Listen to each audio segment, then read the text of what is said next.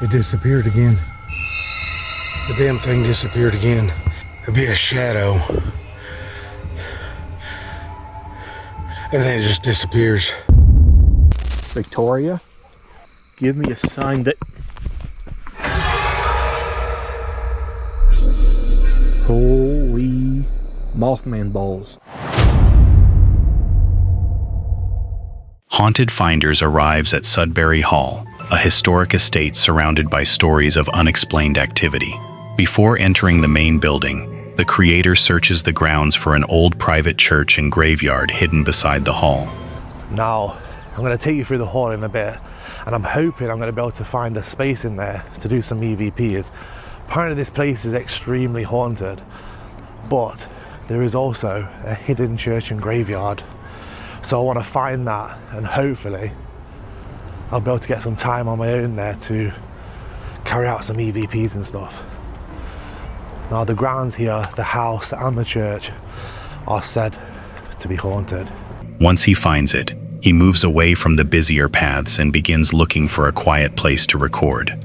All the old graves, the old church, size of that tree. So this church would have originally been private to the house. So I can imagine there are a lot of family members buried in here. But what I'm going to do is take a little walk around the back of the church, because I think he's lawn mowing some of that bit. I don't know. There he is. Enjoying the sun. Go and find a little spot where I can hopefully do a couple of EVPs and yeah, see if we get anything. Like I said, this is supposed to be a very haunted location. He settles near the oldest graves and starts an EVP session. Old section. Should try a little recording over here. Let's just see if anyone will talk to us. It's quite quiet at the minute, so hopefully we can get a few bits done here in the churchyard. I'm hoping I can get some done in the house, but I will show you the house as well. Is there anybody that's connected to the church or Sudbury Hall that would like to talk to us?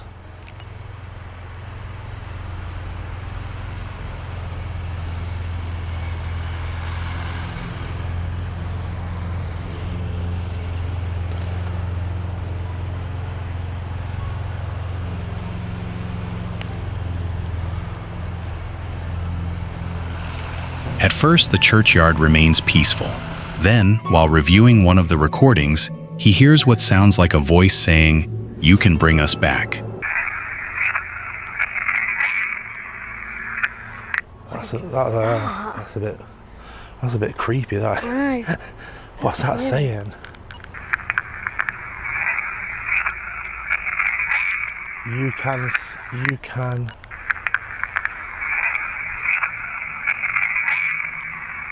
something back. You can something back. Come here.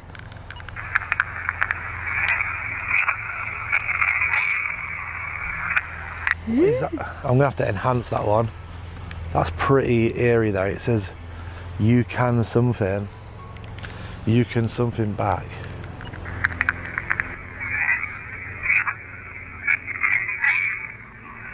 You can bring us back. So it says in here. What? Listen, it says you can bring us back. The wording immediately catches his attention.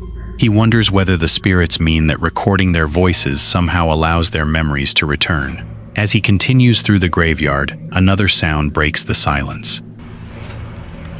Let's play this, see if anything answered. Dad just said that again, yeah, that's weird. Nothing. Nothing. Should we move down here a bit? What is that? Do you think it's an animal? Or like... I don't know, it sounds too heavy. Yeah, I know. Because it doesn't sound like, see if it was a squirrel or something like that, you'd hear it scuttering. And it's not a scutter, it's a footstep. Squirrels, they run through the leaves. So I can't, and there's no animals there, it's weird. See, there's a bench there, look, because that's the footpath. but there's nobody Oh there. my god. So it's almost like someone's walked up the footpath or down it. Yeah. It's weird. Let's have a little walk down here.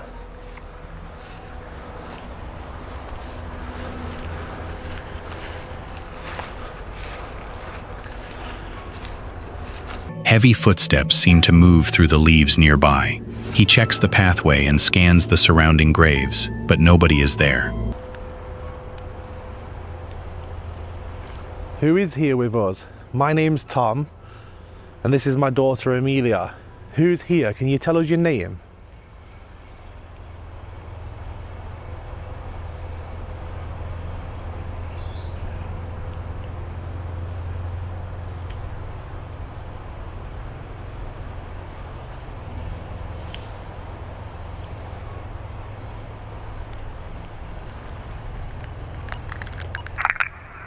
Who is here with us? My name's Tom, and this is my daughter Amelia. Who's here? Can you tell us your name? Nothing. That's weird, isn't it? It said we'll bring you back, and then hasn't spoke since. Did you hear something walking again? That all around? No, I didn't hear that time. I wasn't paying did. attention. The movement sounds too slow and deliberate to be a squirrel. Each time he listens, it seems as though someone is approaching without ever appearing. After leaving the churchyard, Haunted Finders enters Sudbury Hall. Yeah, look at that. How amazing is that? So we are gonna go in there and hopefully I can find a nice little quiet spot and try and do a recording. But yeah, such an amazing place and so much history as well. The building is crowded with visitors and staff, making a proper investigation difficult.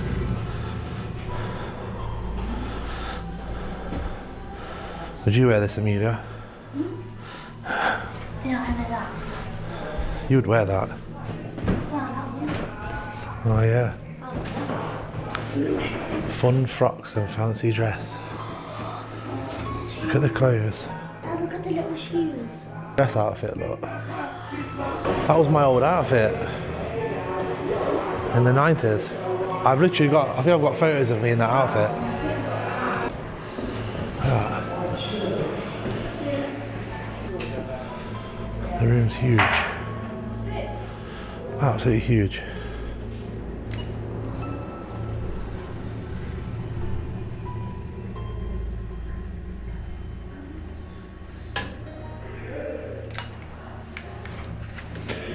It's impossible. He eventually reaches the basement and quickly records another question while the area is briefly empty.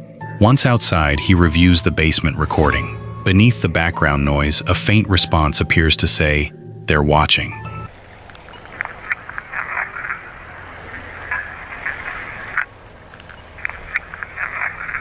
They're watching. That's almost like they were telling me that the staff members were watching.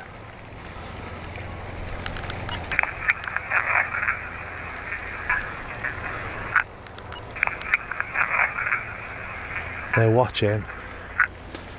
That's weird. What? So obviously the whole time I've been walking around, there's been staff everywhere. Like you go into a room and they follow you in there and stuff. Yeah. I managed to get into that far end of the basement Yeah. to do a short recording, Yeah. and I got a response on there that says they're watching. So it's almost like it was warning me that the staff are watching. So right, listen. Can you hear that? Listen at the start. Yeah, they're watching. They're watching. The message feels strangely appropriate after spending the entire visit feeling observed by staff members inside the hall. A final recording from the museum produces another possible voice. This one sounds like, "Let me out." Why do dolls always look like they're staring at you? Just give me the creeps. Right, let's have a little play of that recording that I did inside there to see if there's anything on it.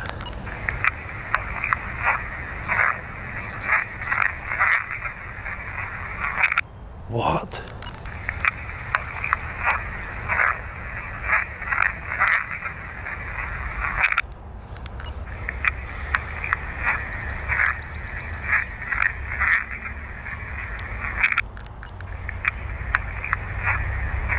Let me out. Let me get out. Oh my days, it says let me out. Let me get out.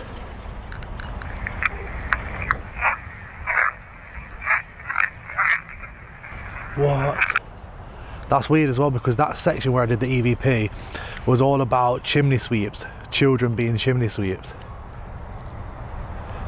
That's weird. That's actually really interesting, but also pretty crazy as well. None of the responses are perfectly clear, but combined with the unexplained footsteps in the graveyard, they leave haunted finders with several unusual moments to examine after leaving the estate. Creepy Travels begins a nighttime walk through a graveyard where the creator previously recorded one of his earliest unexplained encounters. Hello, you sexy, perverted beast. We're down here at a graveyard.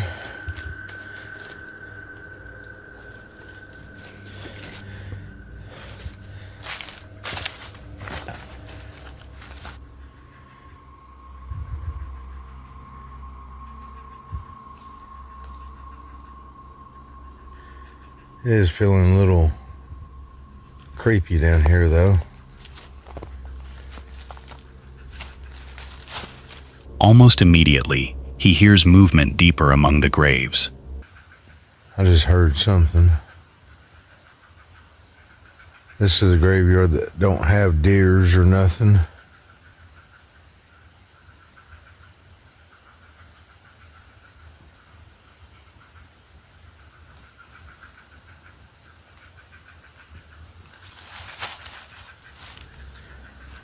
Could be a dog though. Hang on.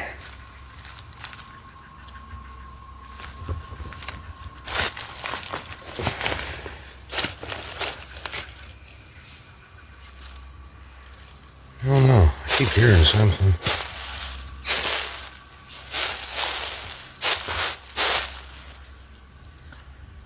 We're down into the deeper part of the graveyard.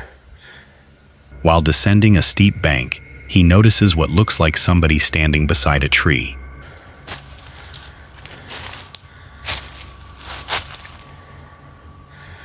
I could have swore I just saw somebody standing next to that tree.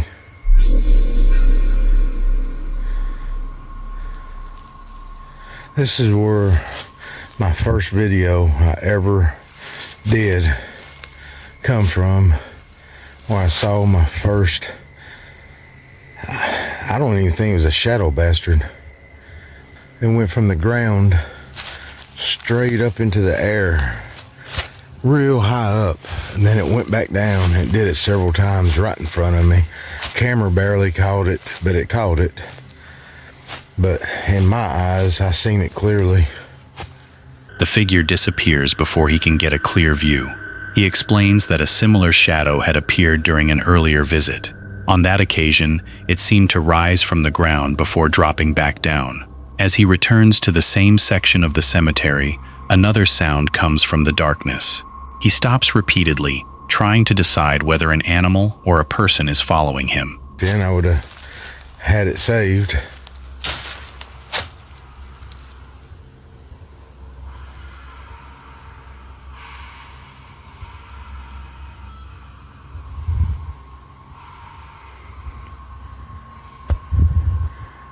What in the hell was that?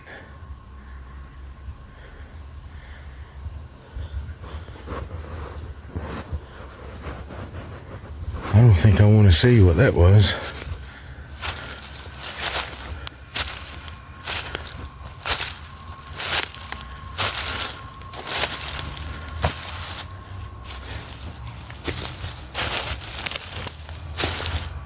Near one of the graves, he discovers an owl decoration and a clean pair of women's boots placed beside a tree.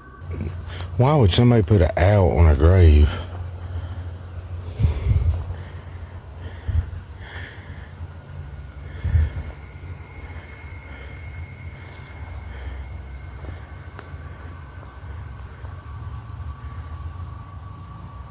What is that?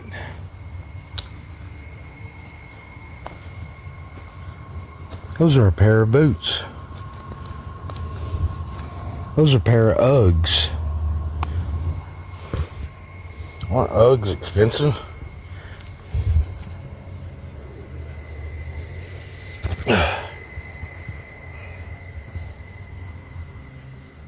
They're not wet. They're not damp.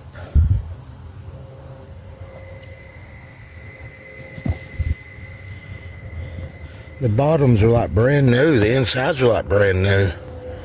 Those are Uggs.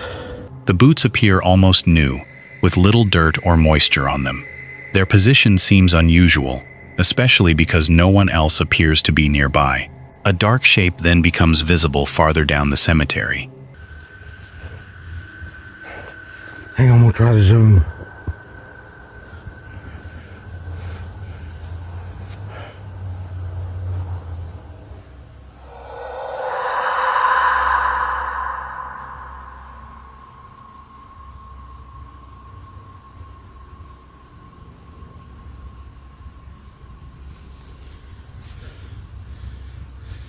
It disappeared again. The damn thing disappeared again. This is what happened on the other video, people. This is what happened on the other video. That's my car. This is exactly what happened on the other video. There'll be a shadow. And then it just disappears. Completely disappeared. It remains in view for a moment before vanishing completely. The disappearance reminds him of what happened during his previous recording. As he tries to relocate it, he also notices recently disturbed soil around a grave belonging to someone who died years earlier. Now this is fresh dug, but it was 2 years ago. This wasn't here last time. This has been redug. They died over 2 years ago. And this is fresh soil. That's a little weird.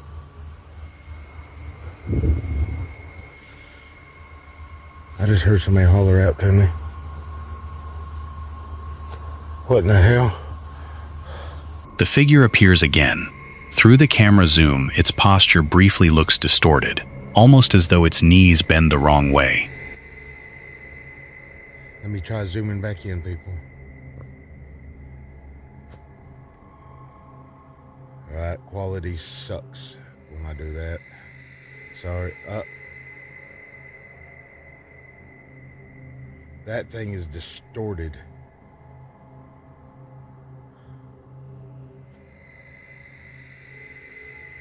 It's hard to focus while it's on zoom. You just barely move the camera and it slings it.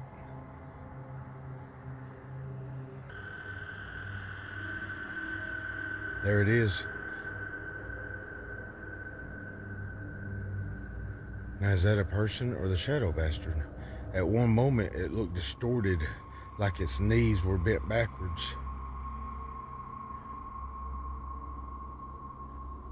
Now it's gone. Now it's freaking gone. Every time it goes over here, it just disappears. Before he can stabilize the image, it moves behind the trees and disappears once more.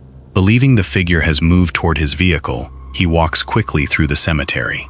There is only one tree behind the car where someone could hide, yet he finds nobody there. As he prepares to leave, something suddenly runs across the concrete behind him. I don't know if y'all heard that or not. Something made a noise right here at this fence.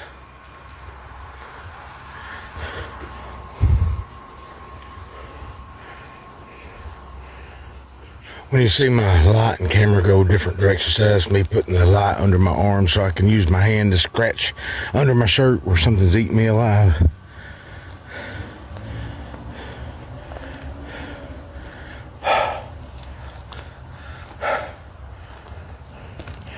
I don't know. I don't see it no more. I've looked everywhere. That bugs. The rapid footsteps are close enough to make him spin around, but the road is empty. With the cemetery still silent around his car, he decides it is time to go. Dead Appalachia heads into the rural mountains near Roan Mountain, Tennessee, to investigate 3 lesser-known locations. The first is an abandoned railroad tunnel associated with flood victims, fatal construction accidents, and rumors of occult gatherings. But this tunnel has a history darker than pitch. According to many locals, this tunnel is frequented by a satanic cult. And some say this cult has done human sacrifices in the tunnel. Fucking yikes. I don't really believe that, as doing so would cause so much heat from the police to come raining down on them. But others say that they actually sacrifice like chickens and dogs and shit. I could see that. Does not really make me feel any better about the place. Also, in like 1924, the Doe River flooded the entire area, taking a good bit of folks off the census. And so people say that those people who died haunt the tunnel. Plenty of spooky shit going on. After that, the group plans to visit Birchfield Cemetery and a nearby road said to be haunted by a woman in white.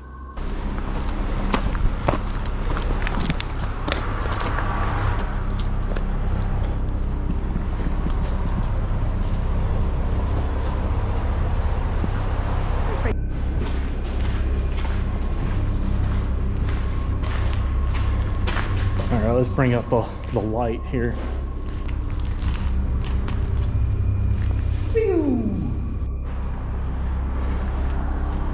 Well, that does not bode well. You gotta be fucking kidding me. Well, at least we know there's no Satanist cultists here. It's gonna, eat our flesh and sacrifice us to Raoul the Dark One. Inside the tunnel, the darkness quickly becomes uncomfortable. Smoke drifts from deeper inside, suggesting that someone may be camping there. Dead Appalachia begins an EMF session before leaving. When he asks whether spirits remain from the tunnel's accidents, the device responds. It's great for talking to ghosts if there are any ghosts.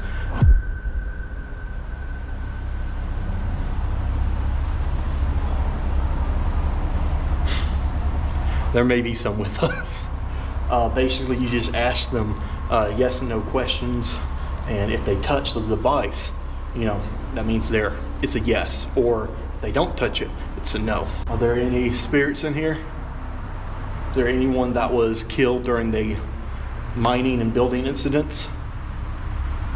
Or anyone that has been killed during human sacrifices?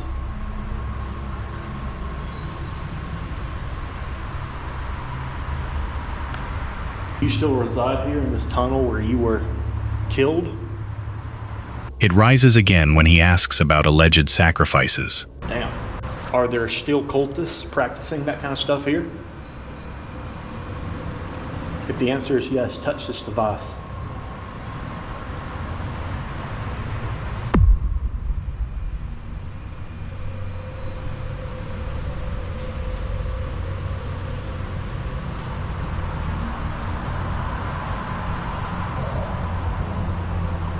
You see that?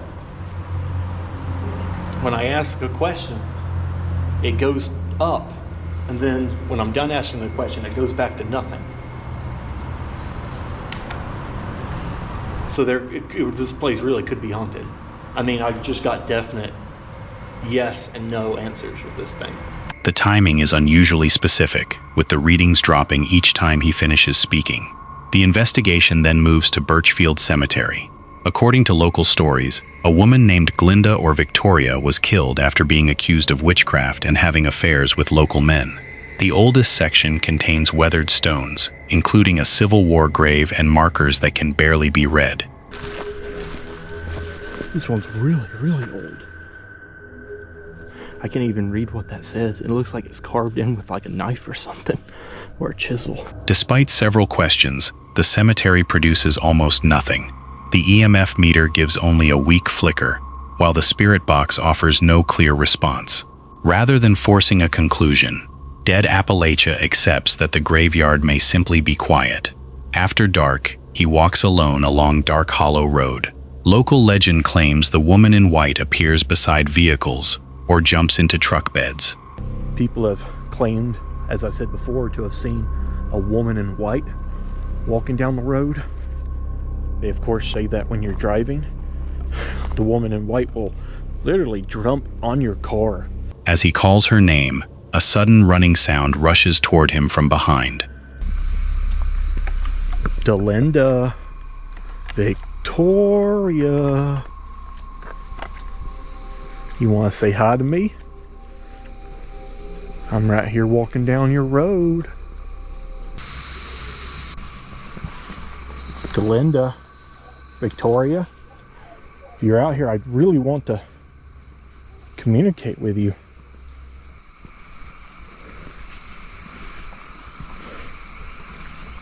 I am a friend. Give me a sign that... Holy Mothman balls. Oh no. Delinda / Victoria, is that you? That was something freaking running up on me. Thermal imaging reveals only squirrels and cattle nearby. However, another unexplained sound follows him farther down the road.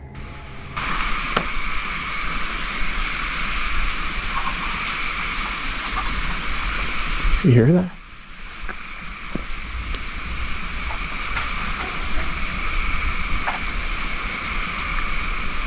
There's something breaking through the trees. Sounds pretty damn big. I hope you can catch it on the camera. It's far enough away where I'm not going to bother with the thermal because we won't be able to see it, but there's something poking around. Them dogs are going crazy. Look at the little cows.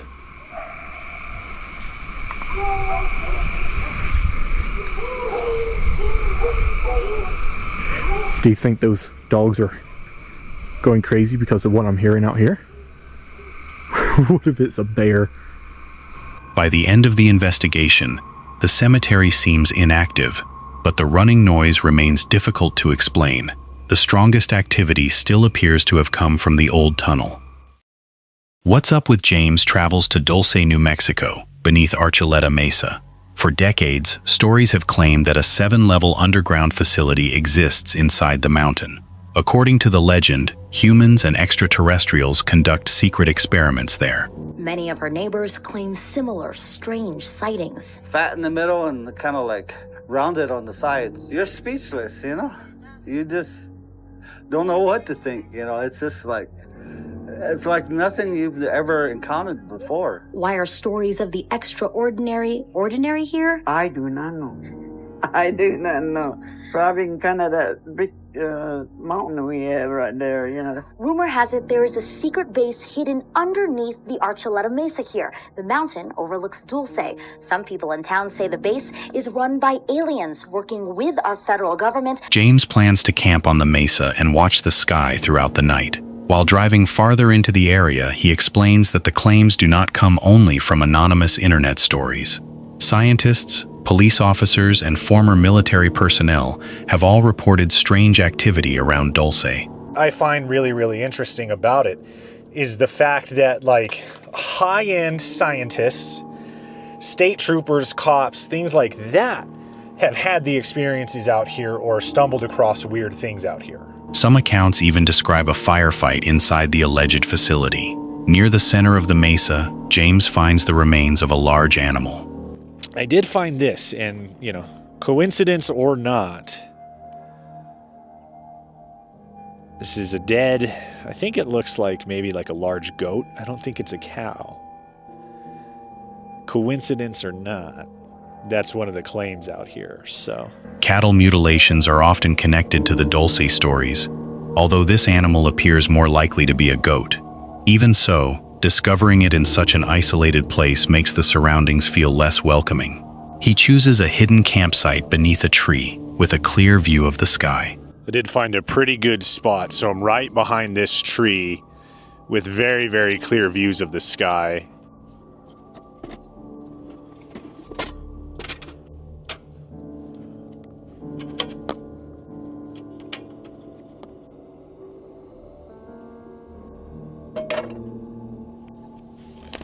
Gonna try to keep everything as contained and as chill and as unnoticeable as I can right now, at least until tonight.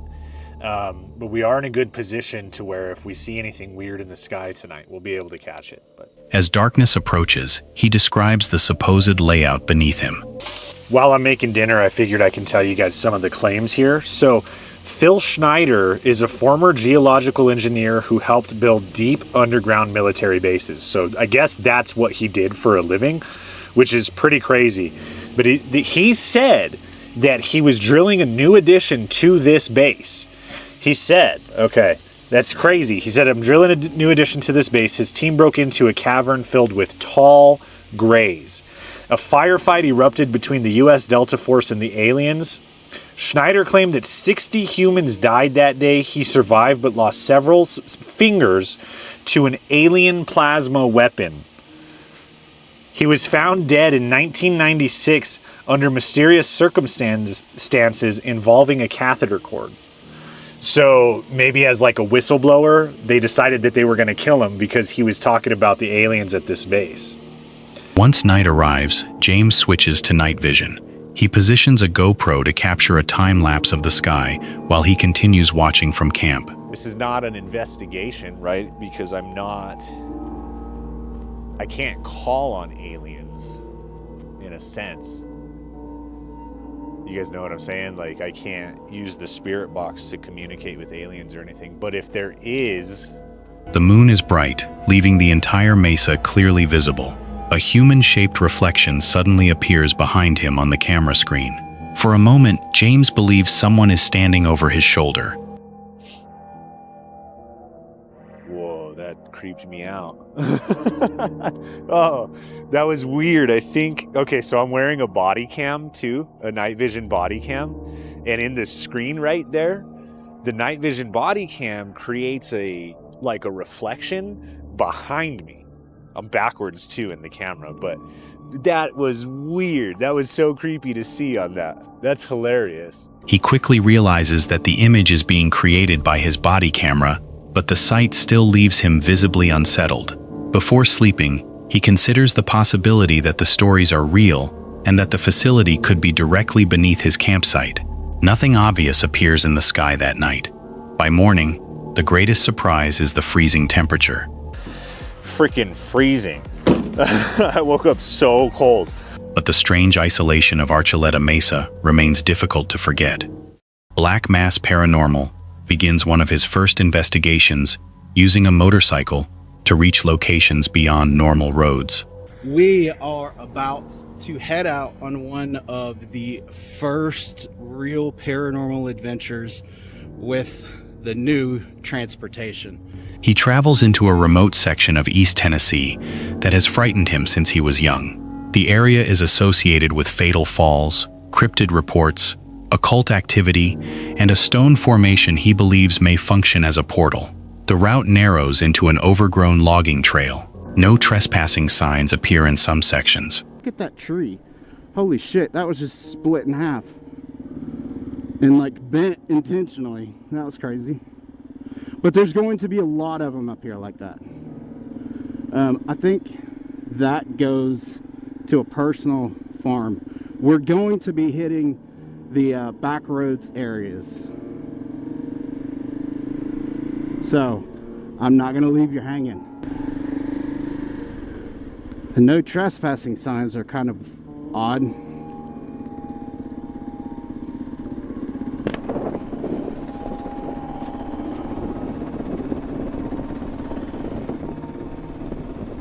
Forcing him to carefully check where the public path continues.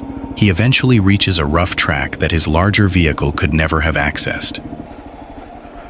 I don't see any no trespassing signs, so.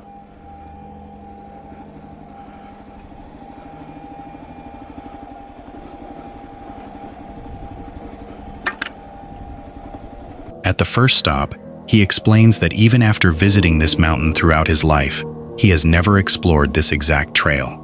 Strange winged creatures and unidentified animals moving between the valleys. Farther up the mountain, he describes older reports of occult practitioners leaving blood and animal remains on vehicles. The things that have happened here was occult activity. So occult practitioners would come up here and make sacrifices. And this happened to me. Some friends that I was with experienced, like, they didn't dump it specifically on my car. He avoids the popular overlook and instead follows a quieter route toward the formation connected to his own unexplained experience. He reaches a massive boulder beside an unusual mound. During a previous visit, he felt as though he had briefly vanished or lost awareness near this exact stone. Looking at it again brings back the same discomfort. Strange animal-like calls had also come from the nearby hilltop after that experience. That's kind of trippy.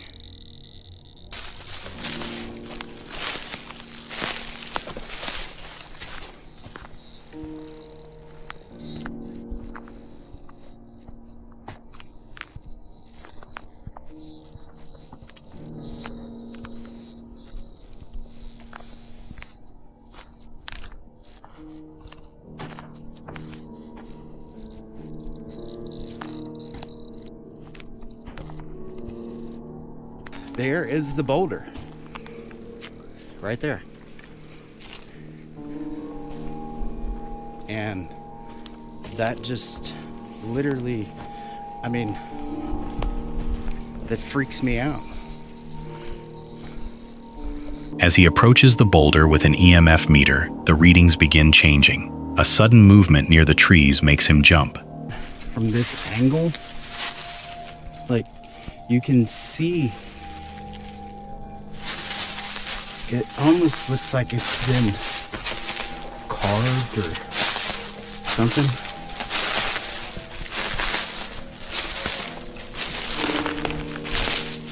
I wonder if I did something to activate it inadvertently.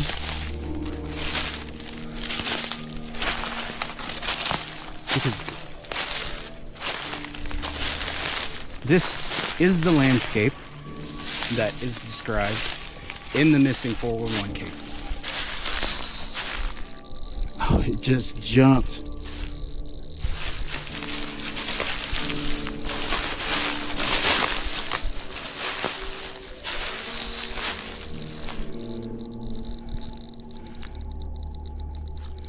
Like, it was right in between that tree and the rock is where it happened.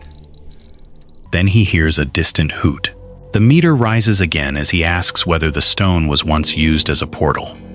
I just heard a hoot.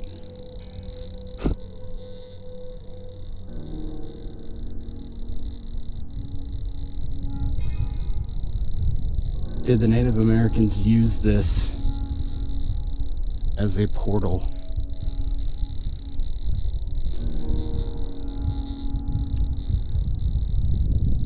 Will I vanish? God. So there's a log right there that's like shaped kind of weird and it's red in color. Close to the rock, his ears begin vibrating and his hands feel numb. The EMF reading jumps sharply several times without an obvious electrical source nearby. Oh, my ears are vibrating.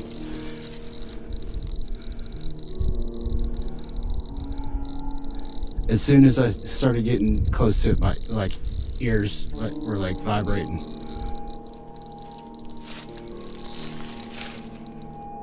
.4, almost 5. A thermal scan shows an unusual shape resting near the ground, but it never becomes clear enough to identify. Doesn't that look like something's just like sitting there?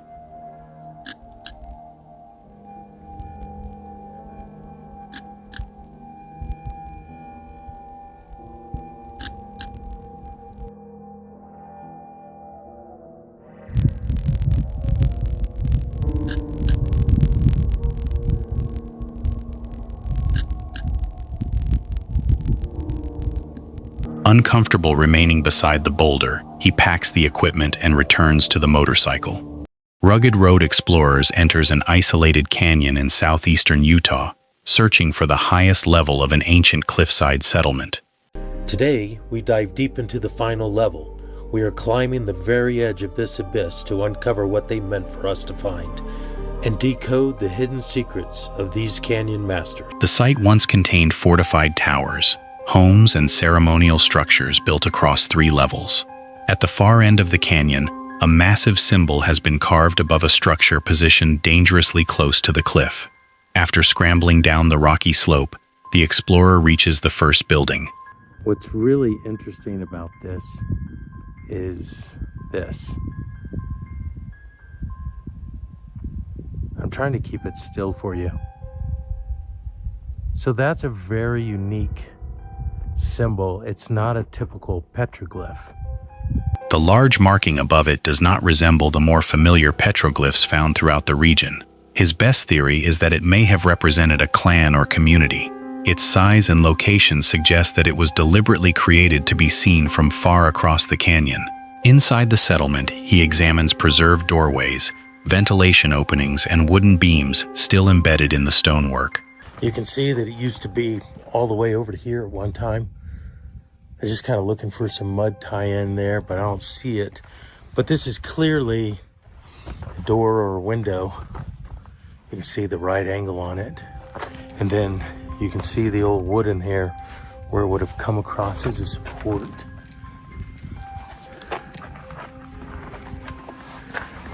Boy, and there's no telling how much more construction was here because all this fallen, and you know they just didn't have all these rocks randomly laying here. This was probably a wall or something like there. Small traces of mud reveal how doors once sealed against the walls. Pottery fragments remain scattered across the floor, indicating that the structure was once heavily used.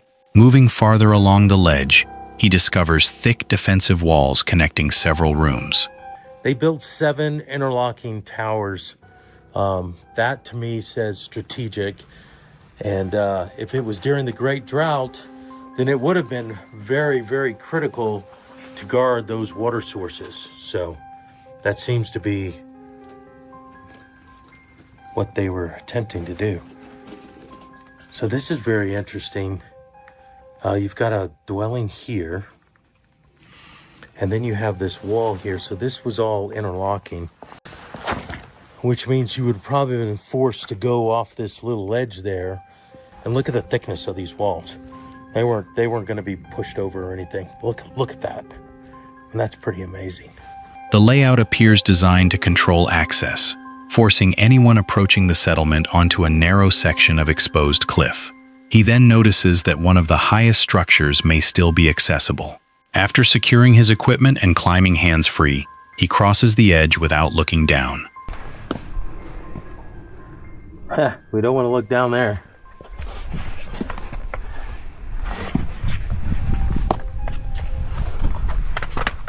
Wow, look at this. And look at that. Oh, man. The route leads directly into a room he had believed was unreachable. From inside, the enormous symbol becomes even more mysterious. Okay, guys, I am in this construction that's up on a cliff face that I didn't even think was accessible, but I was able to make my way up here. And I'm starting to think now, because we have this symbol right above me here. And I speculated earlier, I thought it was a clan symbol, but now I'm starting to wonder if it wasn't some kind of a marker, that this was some kind of a ceremonial dwelling.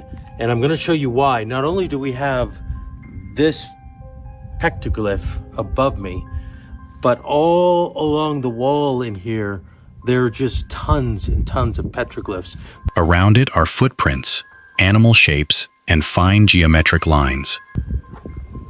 I'm having to look up and down because they really are all over. We have, not sure what that is there, but look at those fine lines they made there.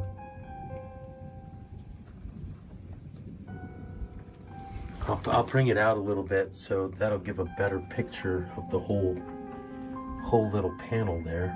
Some markings appear to have once been painted white. A repeated zigzag pattern continues across the stone. Beside it are human-like figures and tracks, that seem to connect separate panels. The repetition suggests that the markings were part of one larger message rather than unrelated drawings. As he carefully descends, additional symbols emerge in the changing light. And I'm coming down here and I'm seeing tons more petroglyphs. Of course, this is really worn in here because it's exposed, so it's kind of hard to see, but maybe you guys can see it on the camera a lot better than I can. Boy, that looks like a panther track there. Wow. Yeah, there's so much more here. I can't step back. So, all right, let me get as far back as I can so that we can see this. And I'm gonna snap pictures. But look, you've got this. Other stuff here. And then I'm looking and there's stuff down below. We'll have to look at that too. The pattern appears to extend across much of the cliff face. Their original meaning remains unknown, leaving the canyon's most visible message without a clear translation. Midwest Ghost Hunter is a paranormal exploration channel where Ian visits reportedly haunted locations and investigates local legends using photography, spirit boxes, and ghost hunting equipment.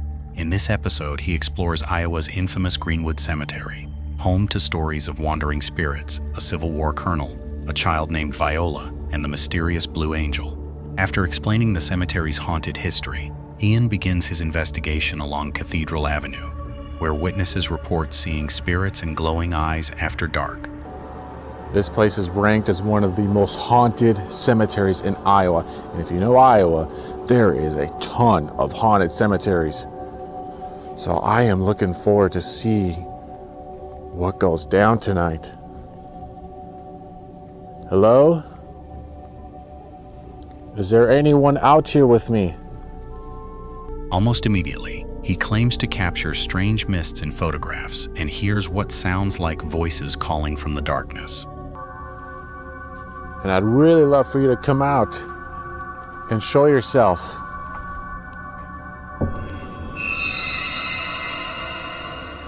Whoa, do you see that? Dude, there was a mist or something behind that tombstone. Like there was something peeking out.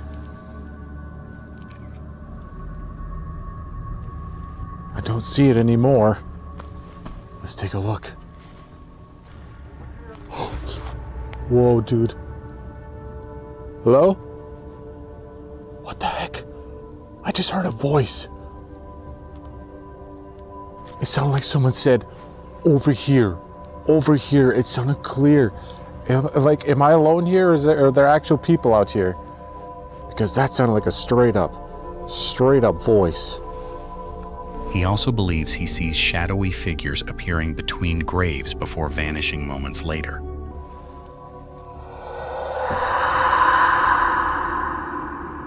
Oh, dude, there's someone right there. There's someone right there. Holy dude, there's somebody just peeking out from behind that grave. Oh my God, and now they're gone. Holy moly, dude. This cemetery's popping off already. And I just barely walked in. There's nobody here. Nothing. Oh, dude, that was freaky. Oh my goodness. Continuing deeper into the cemetery, Ian hears more unexplained voices near a mausoleum and records what he believes is a fast-moving mist crossing the road in front of him. Oh my gosh, dude, that thing looks scary. Let's see if anything appears. Hello?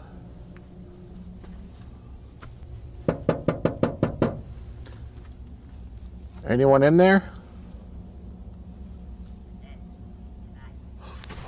Whoa, whoa, whoa, whoa, whoa. Okay, I'm hearing more voices. I couldn't make out what they said, but I definitely heard them. I'm just trying to listen, see if I can hear any more of those voices. Oh, did you see that? Did you see that? Something just bolted across the road. Holy shit. Oh my God, dude. Holy moly, dude. Whatever it was, it just went this way. It went this way. It was like a mist, and it just went boom, all the way across. Really lightning fast. He later arrives at the grave of Colonel Sylvester Hill, a Civil War officer reportedly seen haunting the cemetery. While attempting communication, he hears groaning noises, conducts a spirit box session. Maybe I'll try to speak to him through the spirit box, see if I can get any answers out of him. Colonel Hill, are you here? I just heard you moments ago. Could you speak to this device here? Whoa. I just heard a male voice there. Colonel, is that you? That sounded similar to those groaning noises. Colonel, why do you still haunt this cemetery? What did it say? He said something about rebels. And eventually decides to leave after receiving what he interprets as an aggressive response. Whoa, dude, he just said, get away from me. All right, Colonel, I'll leave you alone, okay? The investigation then shifts to the damaged grave of a young girl named Viola. Ian places a light-up toy near the grave and claims the child's spirit interacts with it. But it won't hurt you, I promise. Would you like to touch the toy? Feel free. You see that? She's touching it. Thank you, Viola. I think she's curious about it. She's probably wondering what the heck this thing is. You can make it move if you'd like. Gather up as much energy as you can and make it move. She's trying. She's definitely there. The most surprising moment occurs when the gravestone appears to shift position during the session, leaving him struggling to explain what happened. What? Look it. It's like off kilter. This thing just moved. It moved like forward. How did you manage to do that? Later, he photographs unexplained orbs around another grave marker and records unusual K2 meter activity.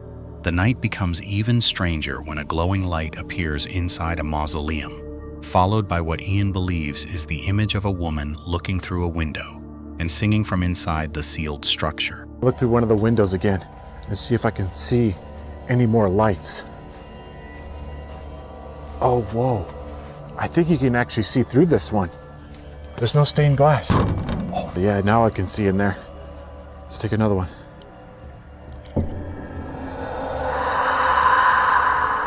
Whoa, dude, do you see that? Dude, she's looking at me. She's looking out the window. Oh my God. Dude, and she's gone. And she's completely gone. Holy sh**. The investigation ends at the Blue Angel Mausoleum. After hearing warnings through the spirit box and experiencing unexplained sounds, Ian approaches the statue.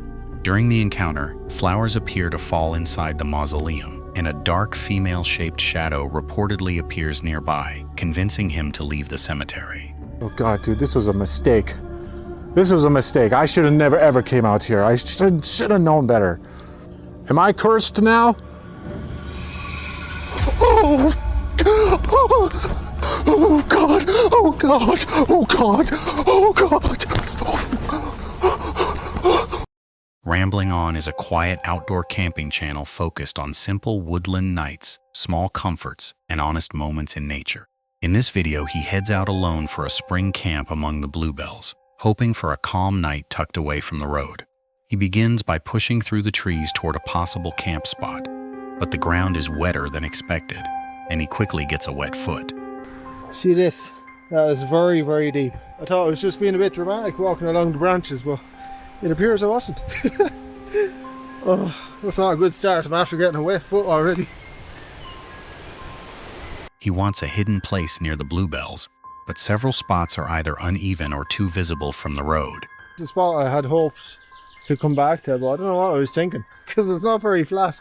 And the kind of really good spot is just out there, but it's in view of the road. So I think I'm gonna have a little wander around in this area and just see if I can find somewhere.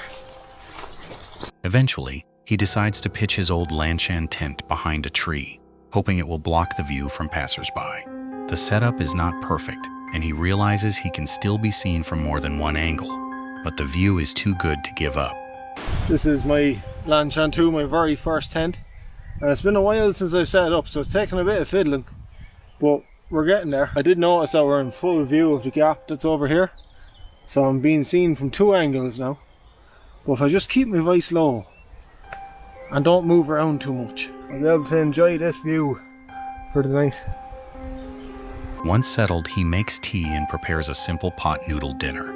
The road nearby is busier than expected, and he jokes about being spotted sitting in the woods drinking tea. A rain shower then blows in, dropping the temperature, but I told you, it was gonna rain. Oh yeah, I'm actually sheltered by the tree, which is amazing. So I'm gonna sit here until the rain finds me. I might escape this shower. The temperature has dropped quite substantially since that rain blew in. the tree gives him just enough shelter to keep eating outside. After the rain clears, the forest becomes peaceful again. Now that the rain has cleared, everything's just settling down. The birds are starting to sing properly again, and the sun is coming down through the trees. Birds start singing, sunlight breaks through the trees, and he spends time simply watching the bluebells before the weather turns again and sends him into the tent. And this time the wind has joined the party as well. Let's get into the tent quick.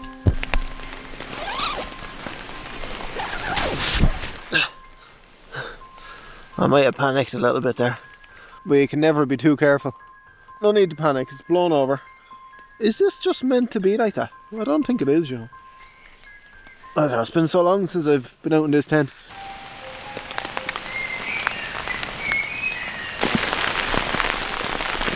Holy moly. Inside, he sorts out his sleeping gear and prepares for a cold night, with temperatures expected to feel below freezing. This is my old faithful. This is a Thermarest X-Term, and it has a bit of a puncture repair done right at the valve, but it still leaks a little bit. I have an X-Lite on the way, kind of splashed out. It's meant to be 2 degrees in the morning. It's meant to feel like -3. So as you can imagine, I went for a bit of comfort here, you know. A -6 degree quilt. Deer run past the tent, water drops fall from the leaves, and he lies there listening as the forest settles down for the night. By morning, it is freezing. He makes tea, eats biscuits, and decides to pack up early so he can warm himself by walking through the woods before heading home. Black Mass Paranormal is a channel focused on dark outdoor investigations, cryptid encounters, and dangerous solo explorations. In this episode, he rides deep into rural East Tennessee, searching an area linked to dogmen, Sasquatch, feral people, and hidden cave systems. He begins by explaining that this location is one of the rare places where both dogmen and Sasquatch activity have been reported. Today, we are heading out into the country of East Tennessee in episode 3 of Hunting Monsters. We are heading to a location that is one of the only known areas where both the Dogman and Sasquatch. Now, what's interesting about this is that Tennessee is one of the most well-known areas in the world to house, or not to house, but to have cave systems that run all throughout East Tennessee. I mean, these things run for miles. He also mentions the massive cave networks in East Tennessee, suggesting something could be using them to move unseen. After reaching the remote area, he tries to stay quiet because archery hunters may be nearby. Still, he notices strange footprints, including large bear-looking prints that do not match boots or horses. But I'm going to try to stay quiet as possible. I've got to take a leak though, like really bad. So, hang on. I did see like 3 vehicles that would be parked in an area if you're gonna hunt. But at the same time, I did see 2 other people. I don't know how this is going to work on the video, but you'll be able to see some of these footprints. Now, there would be boot prints. There's going to be horse prints. Anything else is freaking weird. And some of the ones that I saw were some big ass, like, bare feet.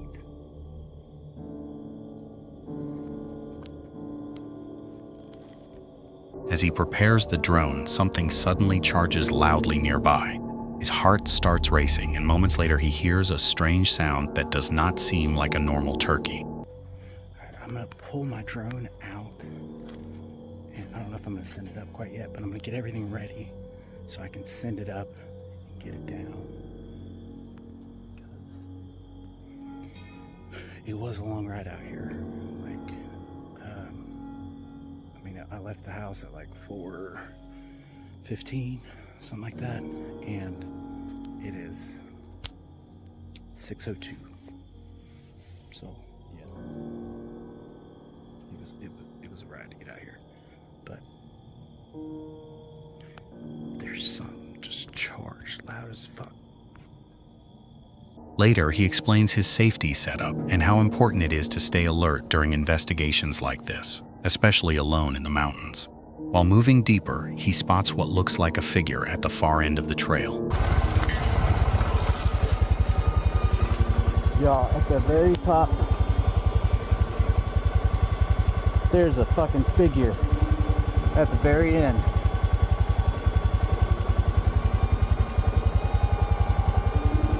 I hope my camera's getting that. It's come through here recently. No one appears to have recently passed through, making the sighting feel even stranger. He reaches a field and uses thermal gear, hearing loud canine sounds nearby. Thermal cam. The thermal sensor running up front. And it seems like it's picking up kind of speed. Not really.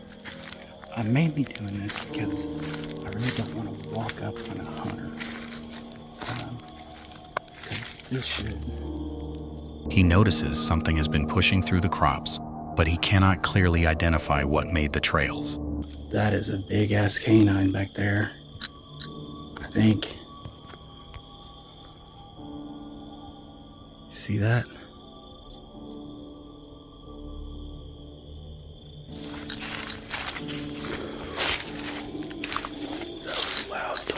As darkness comes in, he hears a terrifying predator sound and admits his heart is pounding. Brisket.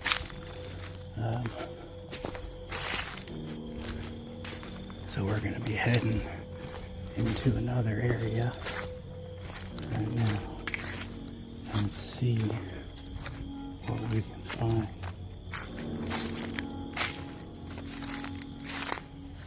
What the fuck was that?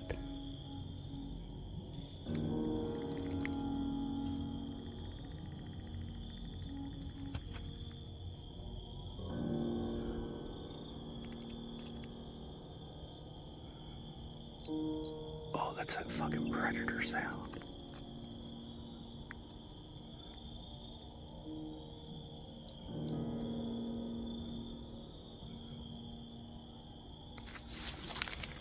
My heart is just going absolute fucking crazy. I hate that sound. I wish I knew what it was. Like if it was an animal or something. I think something.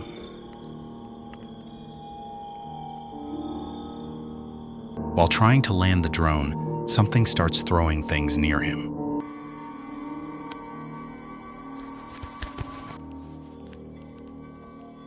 I'm trying to land my drone while something's freaking throwing shit at me. Yeah, I got you. And it just killed my battery. I'm leaving.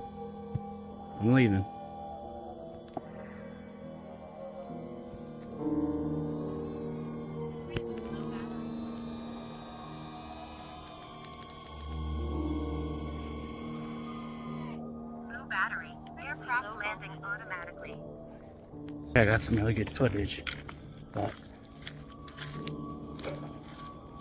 my nerves. It's freaking scary doing this shit by yourself out here. Then his battery dies, and he decides to leave immediately. On the way out, he believes something is following him. He says 2 black masses came fast up the trail, forcing him to keep moving and create distance. This thing's fucking following me. I don't know what it is. I'm just gonna stick this in my pocket just in case. It's fucking, my thing broke. I'm out of pocket tire. Trying to get away from it. What the fuck, man? Fuck!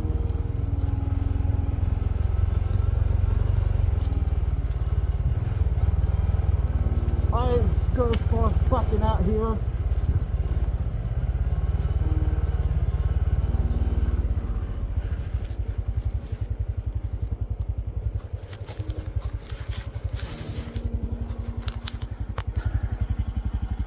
I'm trying to fucking go. Oh shit, oh shit. Yeah, I can't record. I don't know if you can see it, but he's way up there.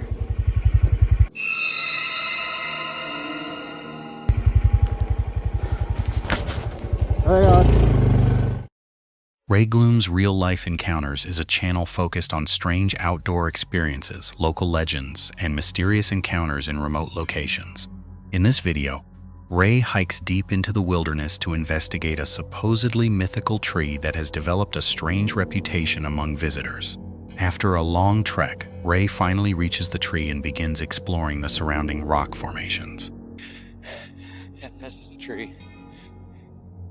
A little while to get here, but I got here. Interesting. Look at that one branch. It's come down like that. What the heck? It's just broken, that's all.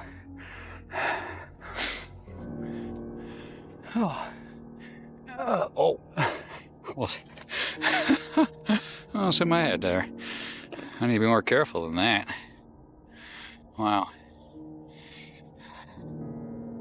Well,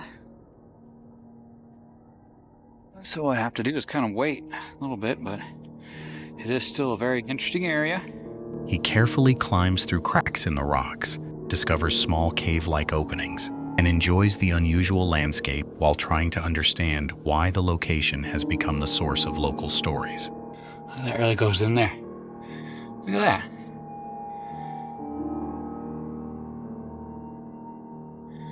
It goes down. Whoa. That really curves around, look. That really curves around.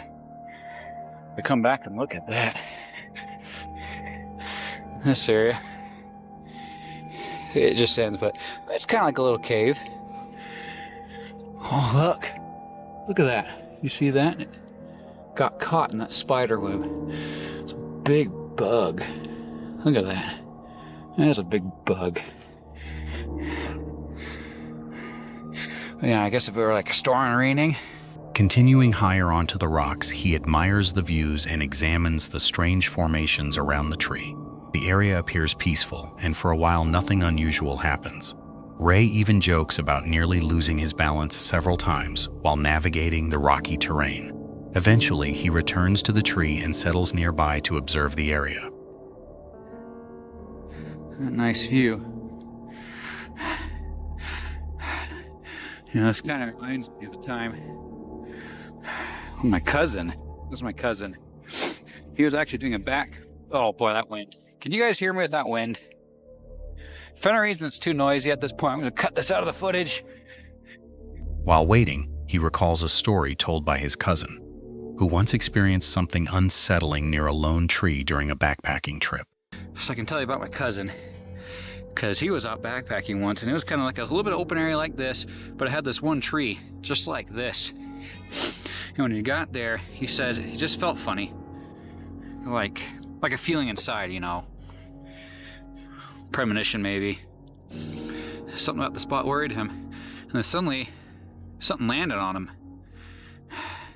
Something small. And he looked up, and he thought I saw something moving in the trees.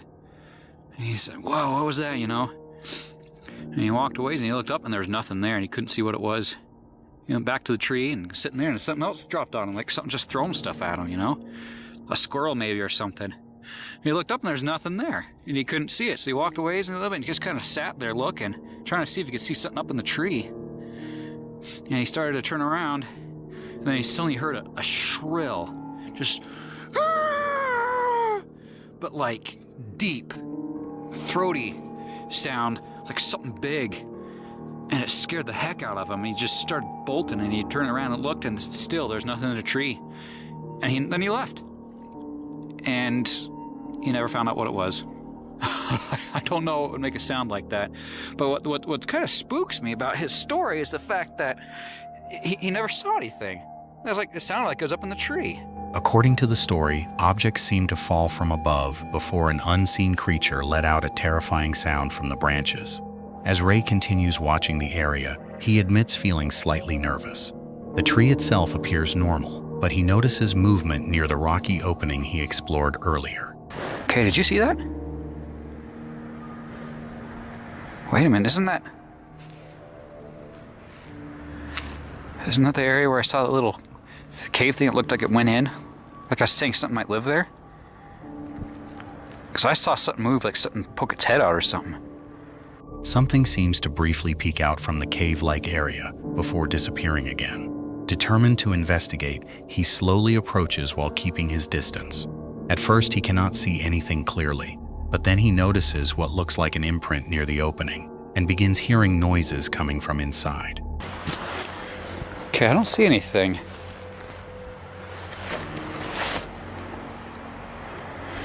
No, I don't see anything. Oh, wait. Okay, can you see that right? I'm looking at my camera screen. I'm trying to show you. Is it right about there? A little imprint, like a footprint or something. Moments later, something suddenly bursts out from the area, startling Ray so badly that he screams and jumps back. I think there's something in there. Let me see. Oh my God! Oh my! What the?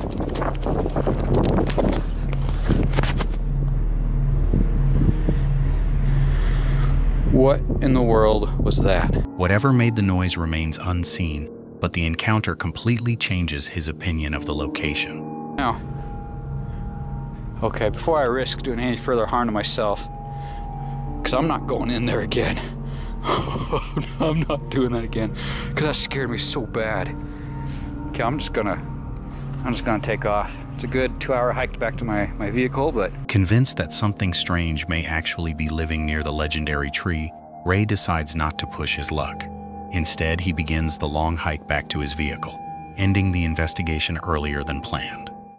Jesse's Drone Adventures is an exploration channel focused on drone searches, desert history, hidden ruins, fossils, and strange discoveries in remote landscapes.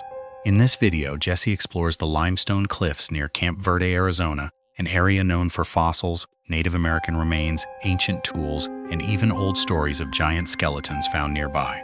He begins scanning the white limestone by drone, explaining how wind and rain constantly break it down. There's always the constant threat of wind and surprise wildlife visits, mainly from birds. And throughout the flight, I'm always hoping that I'll make a groundbreaking discovery, no matter how big or small. Sometimes revealing things buried for centuries. While searching the ridge, he first spots a dark opening, but after zooming in, it turns out to be a wild beehive built into the cliff. You probably wouldn't think anything of it, but when you have a constant feeling of nervousness running through your body, it can sometimes manifest in your fingers while operating the joysticks, and sometimes lead to jerky camera movements while operating the remote.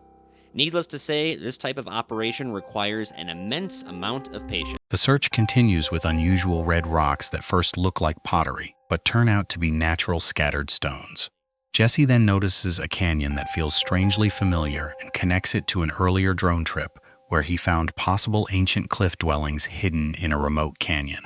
That memory makes him wonder if this new area could also contain hidden dwellings camouflaged in the terrain, especially since many native groups moved from valley floors to higher cliffs near water sources. Later, Jesse spots an alcove from the highway and flies closer to inspect it. Inside, he sees modern-looking bricks and a metal pole, suggesting recent visitors rather than a clear ancient dwelling.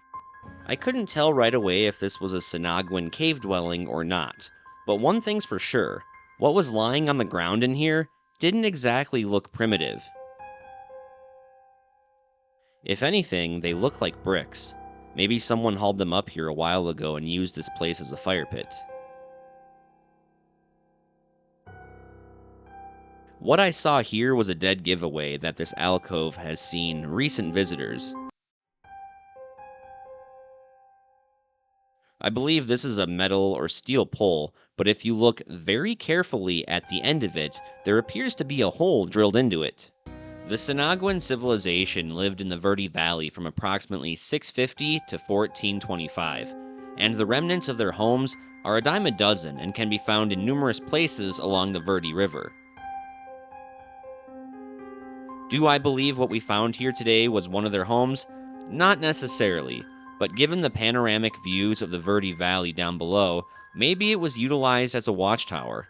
And in fact, I positioned my drone in front of the opening and faced it outward in an effort to simulate their perspective. They certainly would have had a wide view of the valley. Though the view would have made it a useful lookout point. After that, he heads toward a familiar limestone wall he once passed on the Verde Canyon Railroad, determined to find a hidden cliff dwelling the train guide had pointed out. After a long drone search, he finally finds it tucked into the shadows.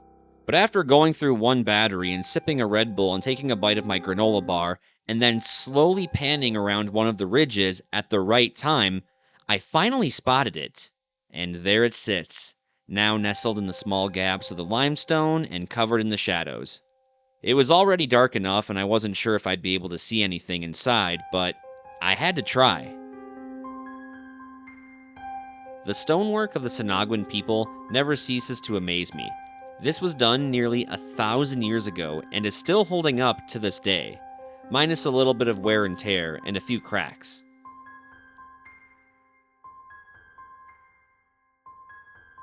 I was extremely nervous about this flight because, well, for one, the wind was all over the place, and number two, I had to deactivate the collision sensors in order to get as close as I did. This was about as close as I could get before I started to zoom in, and before I zoomed in any further, I amped up the brightness on the camera to help make out more of the objects in the cliff dwelling. Inside, the stonework still stands after nearly 1,000 years, with possible cob pieces and another object on the floor. Nearby, Jesse notices markings that look like bloody handprints. In some parts of it, it almost looks like you can see the streak marks from each of their fingers. Or maybe it was simply just Native Americans scribbling because they got bored from being up here all day.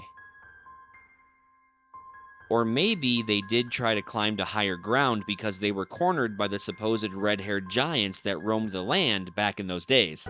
Then connects them to old stories of giant 8-foot skeletons once found in the region. Paranormal Discovery is a channel focused on overnight adventures, remote camping, and possible paranormal encounters.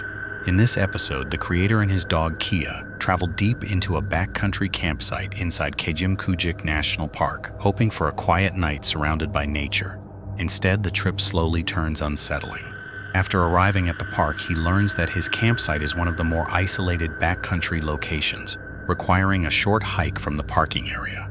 Excited by the area's indigenous history and ancient petroglyphs, he heads deeper into the wilderness and eventually reaches a secluded campsite with no nearby neighbors.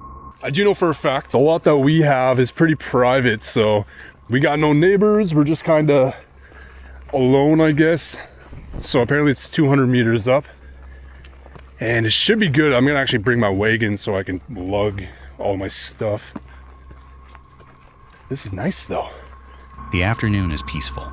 He sets up camp, explores the lakeshore with Kia, and talks about the history of the region, including stories connected to indigenous culture, local legends, and cryptid folklore.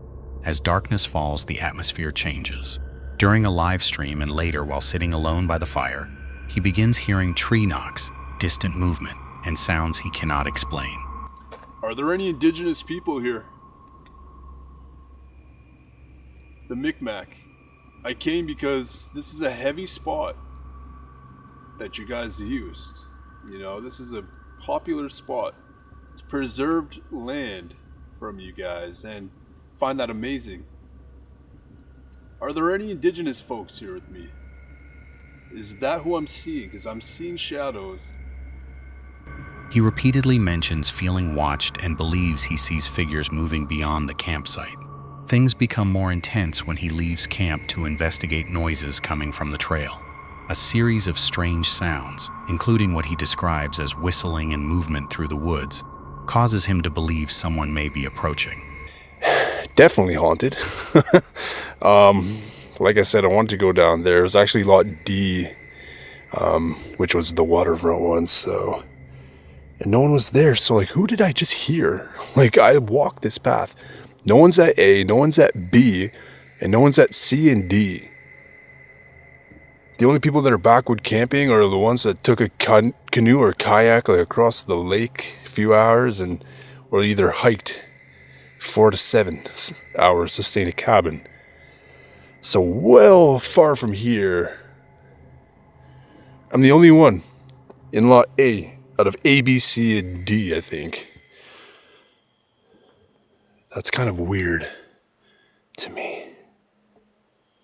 Like the bro.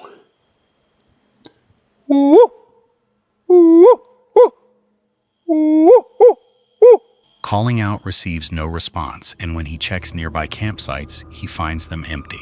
Shaken, he returns to camp but continues hearing tree knocks and unexplained sounds throughout the night. I was hearing a few things. I kind of fell asleep for a bit, but I was hearing a few things when I kind of woke up. Tree knocking, some weird movement, but I don't know, man.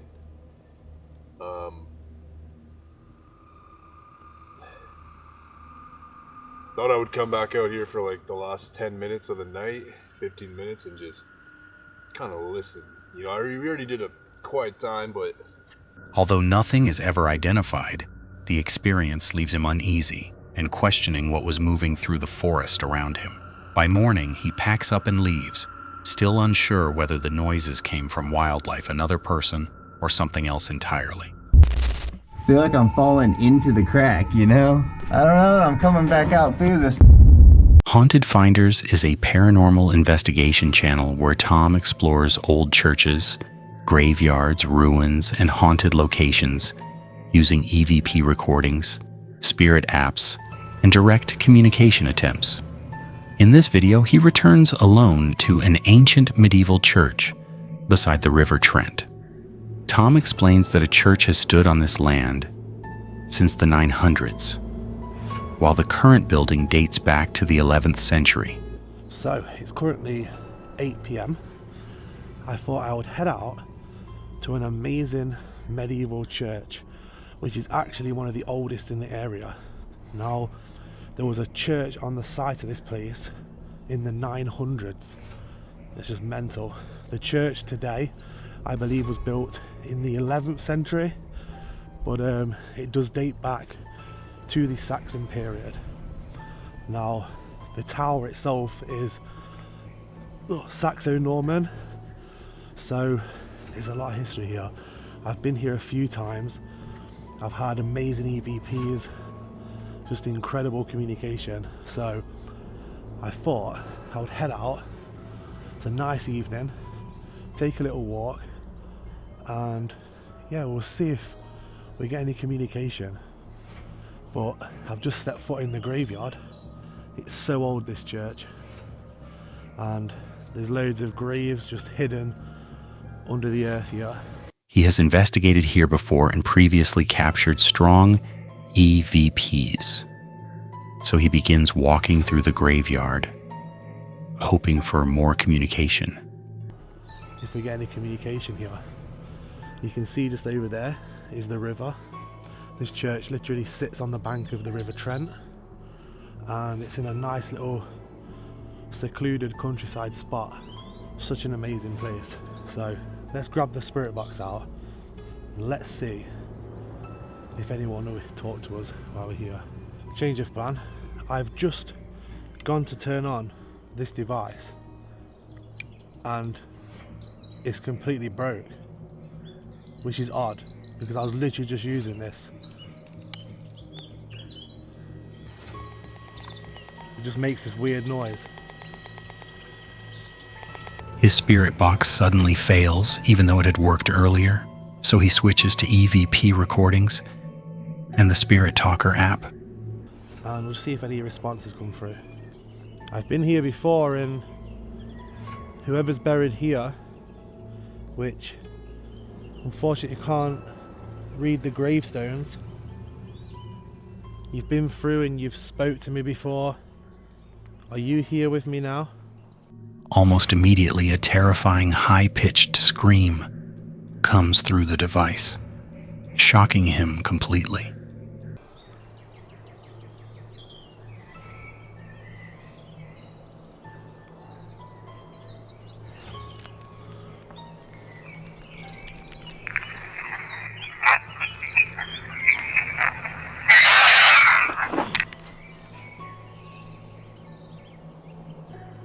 What the...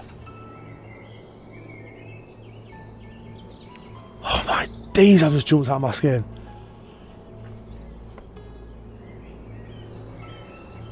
That is the worst scream I have ever heard come out of this device. That is high pitch screaming.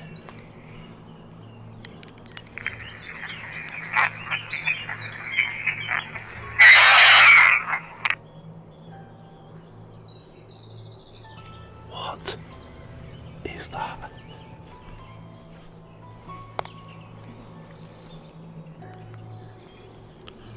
I'm going to run that device on my wrist. What on earth was that? Near 4 old tombs, Tom says this area always gives him strong responses. I always get communication. I always get EVPs, spirit box. Like, I get really like direct communication. What was that? That sounded like someone just walked across here. That was weird. The app replies. It says, hello, who are you? My name's Tom, hello. I've been here before. You've spoke to me before. Somebody's just screamed when I was talking about these graves here. Was that you, or do you know who that is? Could you tell me your name? And later says, thanks for being here. I've got this. Thanks for being here. It's just said. It's okay. Making it feel like someone recognizes him from previous visits. While reviewing audio, Tom sees what looks like a small person peeking around the church corner.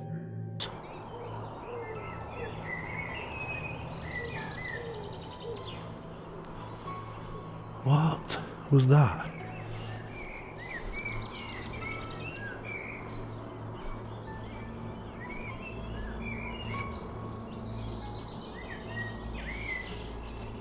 That was weird.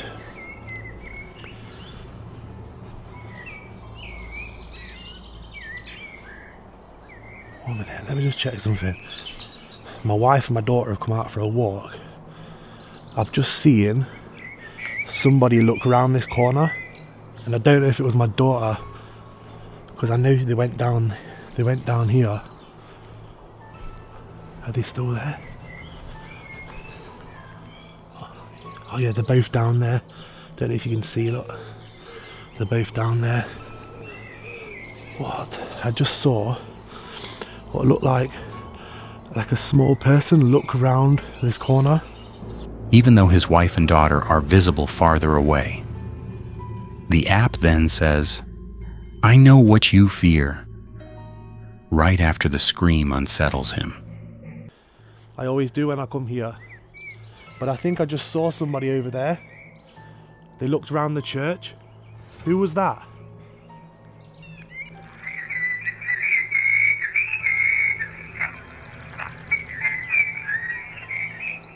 There's something on there. I want to reach out to the person that sounded like they were screaming. I don't know whether that was to try and spook me, to get me out, or if you're in some kind of pain. It's just said, "I know what you fear," after I've just said that. I know what you fear. Names begin coming through. Albert, Josephine, Herbert, Henry, and Isabella. Tom starts to believe Albert may be friendly, while Isabella seems responsible for the screaming and trying to scare him away. More screams follow, and the app says, "Hundreds died here," and skeletons.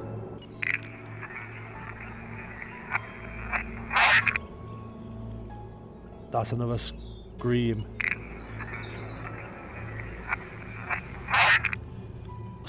That's right when I stop recording, someone starts screaming.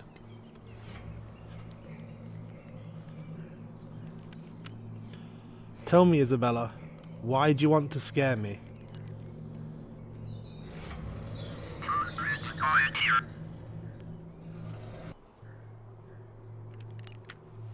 It says hundreds died here. Hundreds died here. They could well have.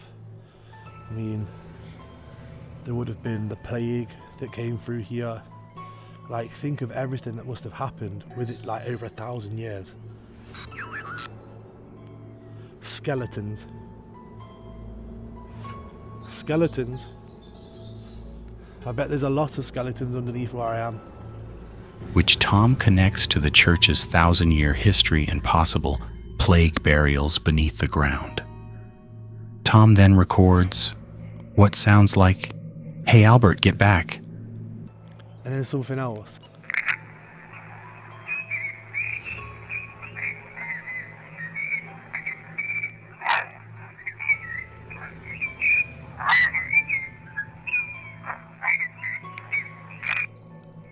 Do you know what that says? That's not, I think that's that Isabella. It says, "Hey, Albert, get back." What did when I put the EVP recorder down, I said, making him wonder if Isabella is stopping other spirits from speaking. As he keeps trying, the messages become darker. Hopeless. "Get out. I'm agitated," and "Get out of here." Before leaving, one final message says, "My tongue was torn out."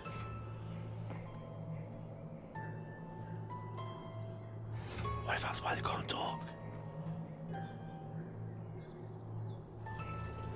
What if that's why that person can't talk?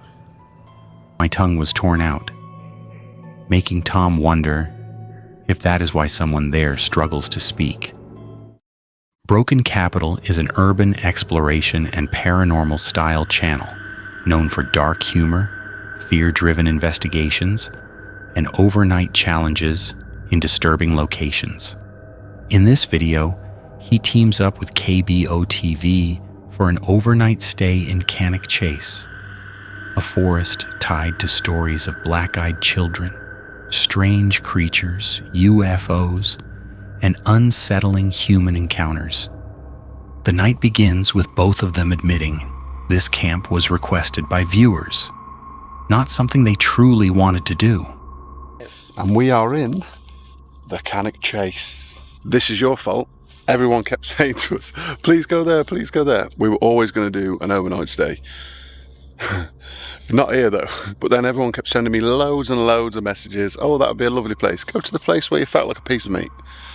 And did we feel like a piece of meat on the way here? Yes. They set up their tents near a memorial area, already joking nervously about how exposed and Blair Witch-like the setup feels. No, that'll do. So this is for you. Definitely ain't for me. Here we go. Cold little setup there, look. Stand up in here, mate. You take your shoes off to get in. Oh no, I'm having my dirty shoes on my sleeping bag. As darkness settles, the mood quickly changes. Broken Capital starts hearing odd noises around camp and admits the situation feels stupid and overwhelming.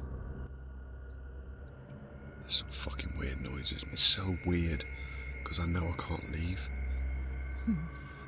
Stop laughing, it's the truth.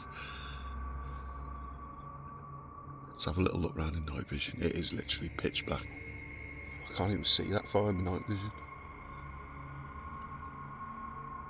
See old Cabo there.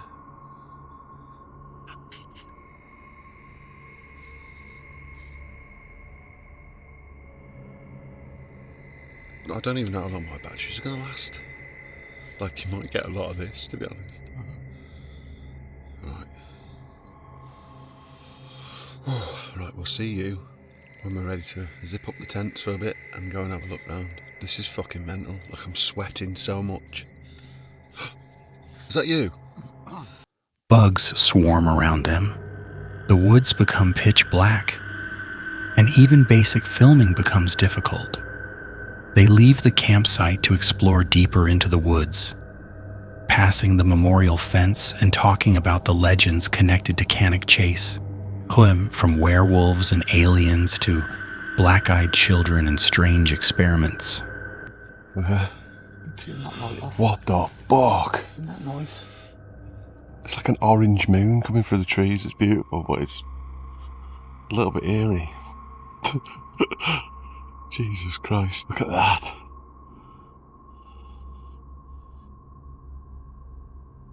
Just remember where we are, yeah? You what? The fuck? I wasn't there before, was it? A little bit of tissue. You got blood on it? Shut up. Looks like it. No, it looks like someone's wiped their arse. Next to us. Are we going this way, yeah? I don't know. I'm actually worried about leaving the camp.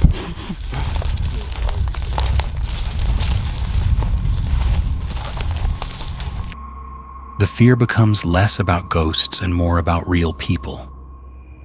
They discuss how, on a previous visit, voices told them to leave and rocks were thrown at them late at night.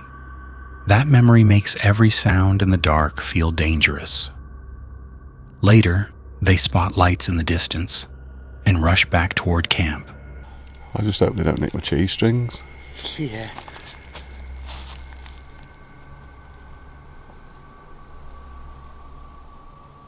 I'm gonna stay here till I see that fucking sun come up and then I'm going home. We met. Whoa, that was heavy. That was very heavy. Oh fuck, there's people coming with lights. Where? Over there. See? No. It's all right, man. Let's get back to the tent. Coming with lights, Carl. Yeah, let's get back to the tent.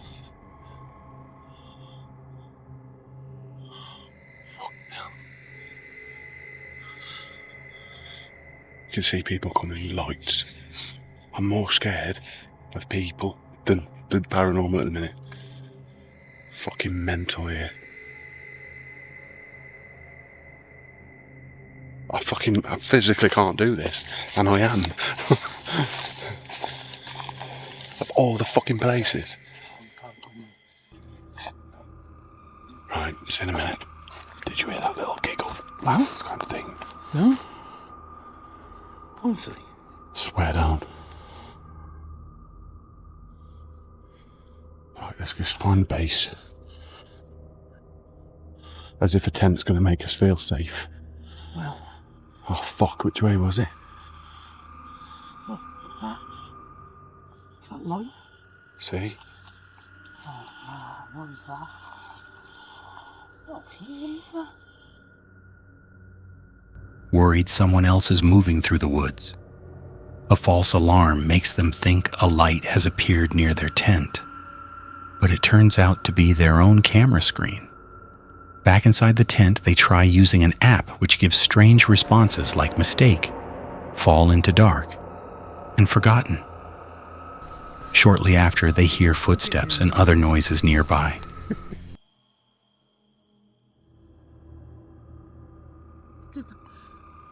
What are you doing? Come big quote. Carl, I'm not filming you, just trying to get in into a blanket. I'm in, I think. Leaving your door open? You gonna shut yours? I don't know. Yeah, probably should. It's a bit warm. Alright then. See you in the morning. No. A few hours. Alright, man. You have to be so loud? Huh? Do you have to be so loud? Does everybody know we're here? You dick. The rest of the night is tense but mostly quiet. Real visitors, rattling sounds, and fear keep him awake until morning. Nothing huge happens, but the experience still leaves him exhausted and shaken. Action Adventure Twins is a caving channel focused on tight crawls, dangerous passages, and discovering untouched underground sections. In this video, they return to the roadside crystal cave with tools, aiming to reopen a blowing hole they found during their last trip. All right, guys, we're back at the roadside crystal cave, and we are back with some tools. If you follow along in the last time, we dug out a passage that nobody had been in before, and we are going back to dig that blowing hole.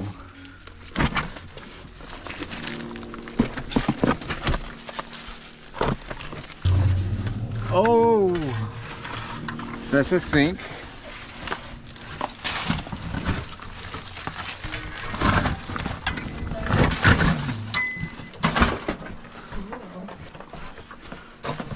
It's a lot better here. Where does the water go once it goes into this cave? That's what we gotta chase. They begin by passing through the known crystal sections, where clear formations, rimstone pools, sparkling walls, and cave brain textures cover the floor and ceiling. Oh man, look at that. Yeah, the crystal room. I think this thing's really cool. Look at it. Oh, it's see-through. Yeah. Nice. Like bacon, isn't that what they call it? Yeah. Yeah, and then these, the ones that sparkle over here. That's cool.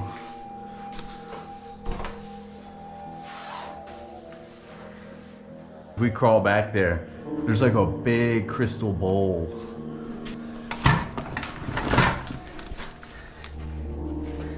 These things are freaking wild as you come up.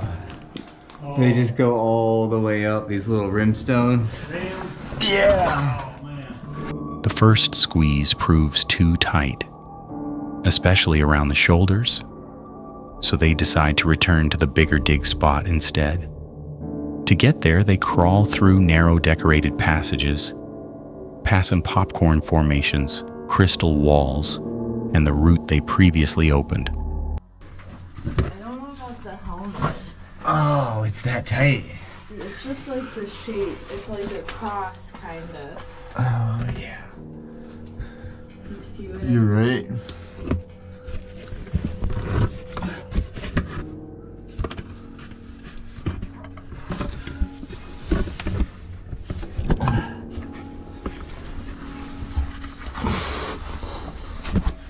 Oh, that's snug. Too snug?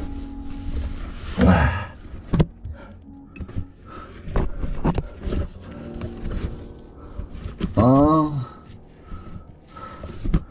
I feel like I'm falling into the crack, you know? You kind of are. Like, I don't know, I'm coming back out through this the way I came in. I might just have to push it. What do you mean? Get all the way through. I don't think I'm gonna fit. No, I'm like just too big. I don't think it's possible. Not for me. Not for me. I'm like falling into this crack. Actually, yeah, you can pull L. Yeah. Okay. I think we're going to go back to the dig. Big dig. Nice, we have a out here. That's what I call it.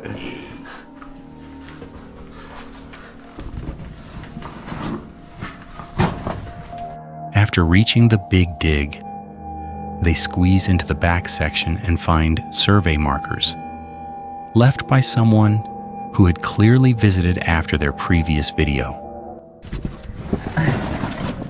To the big dig.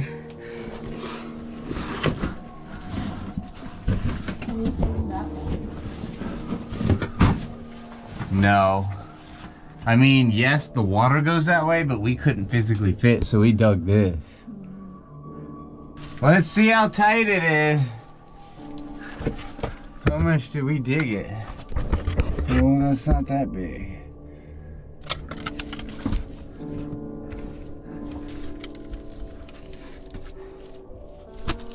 Oh, yeah.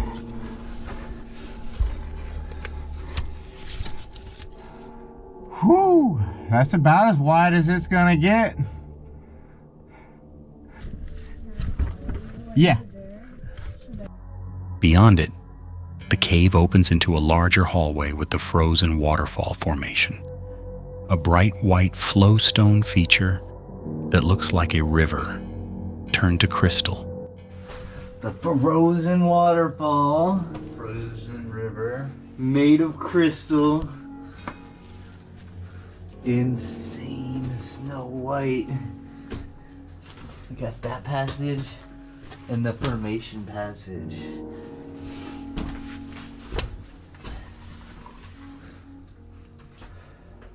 Ooh, I see what you're seeing now. You see how it kind of opens up? Did something. Oh yeah, it does go underneath this. Mm-hmm.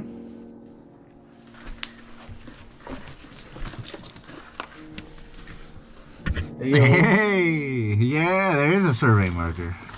I think there's another one up ahead. Is there? They scout several leads, including a low water tunnel and a tight bypass. But the main goal becomes the blowing hole. With a pickaxe and shovel, they begin digging through hard mud, rock layers, and riverbed gravel, trying to widen the passage enough for a body to fit through. I don't even want to crawl in there right now. But if there was a pickaxe involved? Yeah, the floor is just made of mud. Ooh. Alright, I got the pickaxe. I do think that the water tunnel. The digging turns exhausting, but the airflow keeps them motivated. Piece by piece, they break through the hard crust and remove mud by hand until the passage finally looks possible. I got the dirt all packed up to the side best I can. We're about ready to make another push.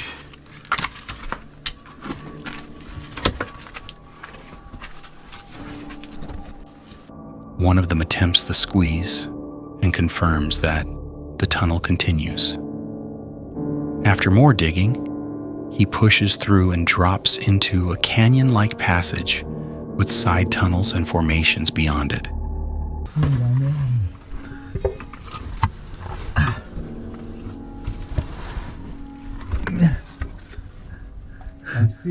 I see feet. Dude, I see a canyon. What? A canyon. Dead ahead is a canyon. Oh, that's tight still. Oh, it's dropping. Whew. Oh, I can stand. What? Yes. Dude, it's dropping. No way. Yes, the canyon drops. There's a side passage. Holy crap, the canyon goes. Wow. Whoa! Whoa, big passage! Side tunnel. Yeah! Holy crap! Oh This is the big one. Holy crap. Which way do we take off? canyon? That way looks worse. Your way looks way better. The excitement quickly turns dangerous when the new passage tightens again. Then a false floor opens beneath them, revealing a sketchy pit below. Wow! There is a bunch of formations. No way. There's bacon. Holy crap.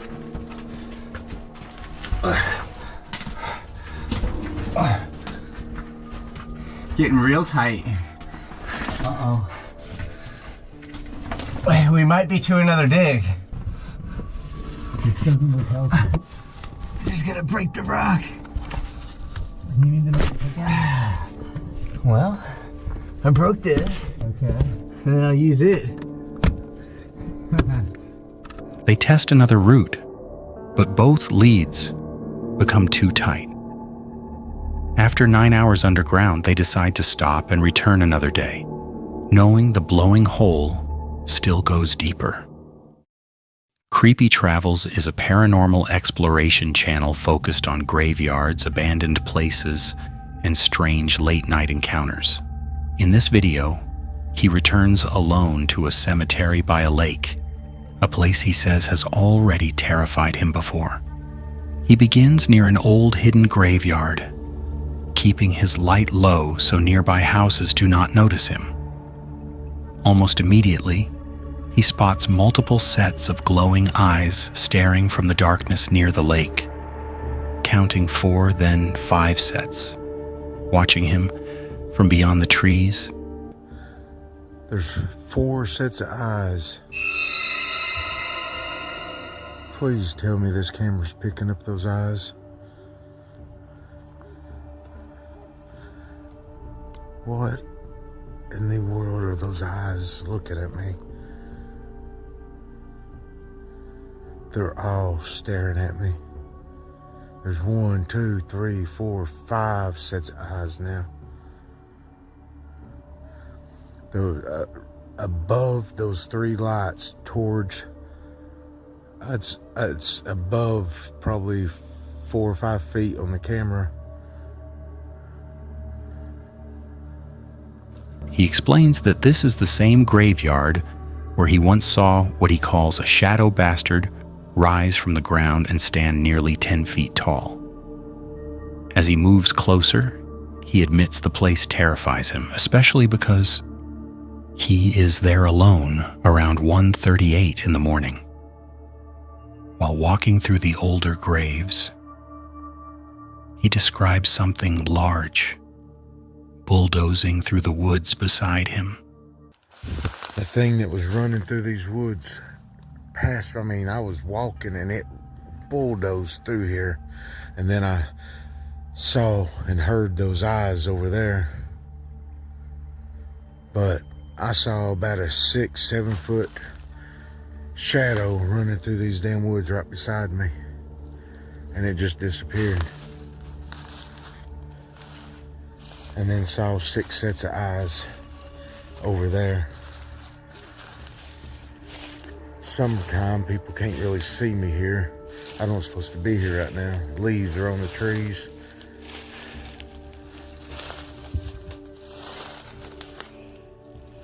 Before disappearing. Soon after, he hears a whistle in the cemetery, even though there are no cars around and no one should be there at that hour.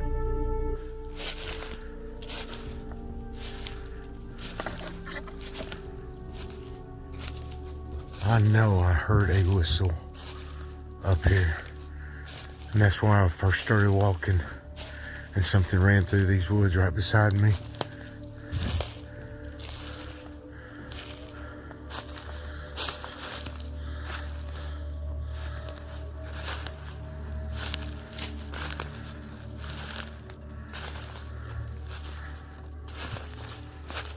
There can't be nobody out here.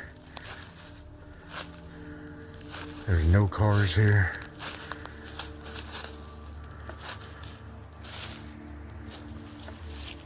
I hope that wasn't a cop that just drove by. I know for a fact I heard a whistle.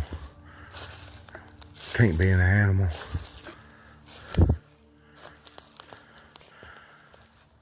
The scariest moment begins when he sees someone or something standing behind a tree. He repeatedly tries to get the camera on it, saying he can see an arm and a figure moving in and out from behind the trunk. I know I saw something standing beside that tree.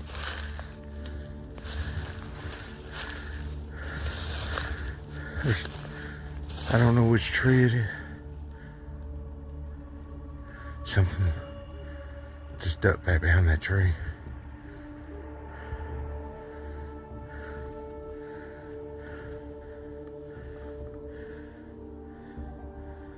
Somebody there?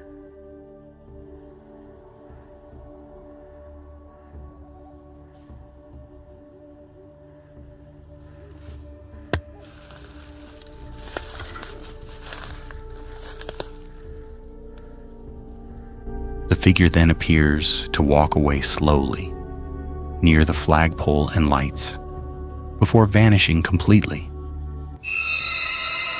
Do you fucking see that?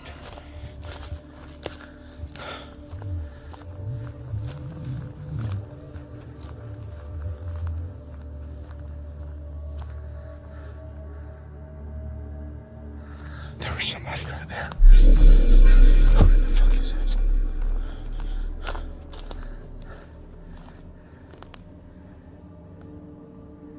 I don't know if my camera's getting it. To the left of the monument, or those trees and monument. Do y'all see that? Oh, fuck. He's walking. He's just walking, not running, but he's way faster than me. He says it cannot be a normal person because he had just walked past that same tree moments earlier and nobody was there. Afterward, he retraces his path and explains how the figure seemed to dissipate in the light. He connects it to the old hidden graves and the earlier shadow encounter, saying something is seriously wrong with that part of the cemetery. There was somebody there. It was this tree right there that he was, not this one, but that one. He was standing right behind that tree. And I walked. Let's see, I was on this side. I walked right through here. There was nobody standing right there. And I got right down here. And then I heard all that noise. And I started walking this way to try to get those eyes on film for y'all. And then I walked about right in there. Then I went back this way through the woods down towards the other part of the lake down here, through the old part of the cemetery with the rock stones. And then when I got right down in there, I heard something whistle. And the camera didn't pick it up, but I saw somebody standing. He ends by walking through the newer section, still feeling a bad vibe, before dogs start barking, and he leaves quickly. Thomas Locke is an outdoor camping creator who mixes wild camping, dry humor, and honest reactions when a place feels wrong. This time he returns to Gravel Wood after a strange comment appears under one of his previous videos. The comment comes from a user called DD0000009, who first writes, "I was watching." I got this comment from a guy called DD0009, which I think is a reference, what's the zombie game? Dead Island 2. And he said, "I was watching." Unfortunately, he deleted his comments. So this is from memory. But here's how the conversation went. He said, "I was watching." To which I replied, "Spooky." Because I wasn't sure what he meant. Maybe he didn't mean he was watching us. He's just like, maybe English isn't his first language and he meant, "I was watching your YouTube video." And I'd be like, "Oh, cool, yeah, cheers for watching." So I just replied, "Spooky," to kind of denote like, a bit of a weird thing to say. Thomas replies jokingly, But the person then says the woods have eyes, that they have no quarrel with him, and that he is welcome if he comes alone. When Thomas checks the account, the profile is completely black and says, "We watch Locke." Who the hell is this guy? So I click onto his YouTube channel. Just pure black profile picture. And I did take a screenshot of this, so this is real. And it says, "We watch Locke." So I replied and said, "That's pretty creepy, man. What do you mean?" And he said, "I've already told you. The Helks watches you. Come alone at night, no dog, bring a tent and a bright light to light up the tent, and then you will see us."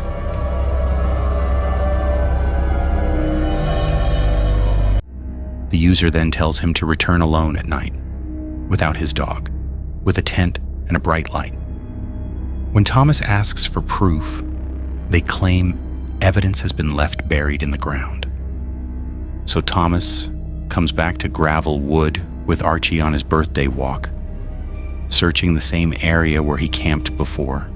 He checks around the spot, lets Archie sniff about and looks for anything unusual, but finds no hidden object, no buried evidence, and no real sign that anyone has been there. If there's anything buried, Archie's going to find it.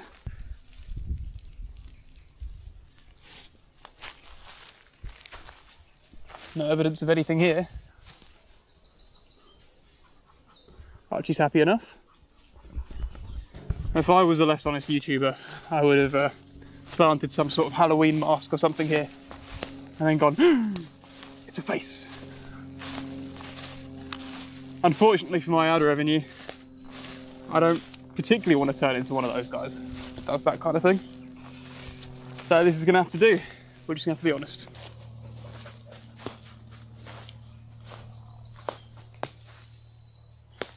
He jokes about how a less honest YouTuber might have planted a creepy mask for content, but he refuses to fake anything.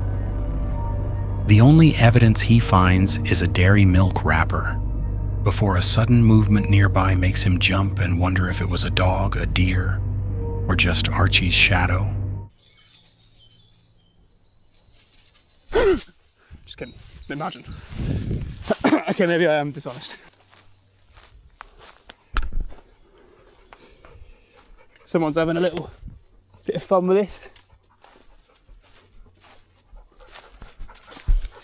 Yeah, no. Oh no! Dairy milk caramel wrapper. I'm being watched. Nope. Yeah, no. Sorry, lads. Oh, it's a dog. Oh, it's a dog. Oh, it's a dog. Oh, it's a dog. Oh, it's a dog. Oh, it's a dog. Oh, it's a dog.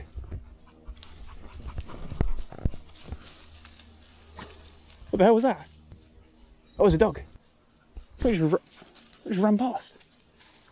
After that, Thomas reflects on how his channel has grown, especially after his Gravel Wood video reached 1 million views. With that audience comes attention and sometimes people trying to scare him or turn his real camping spots into part of the story.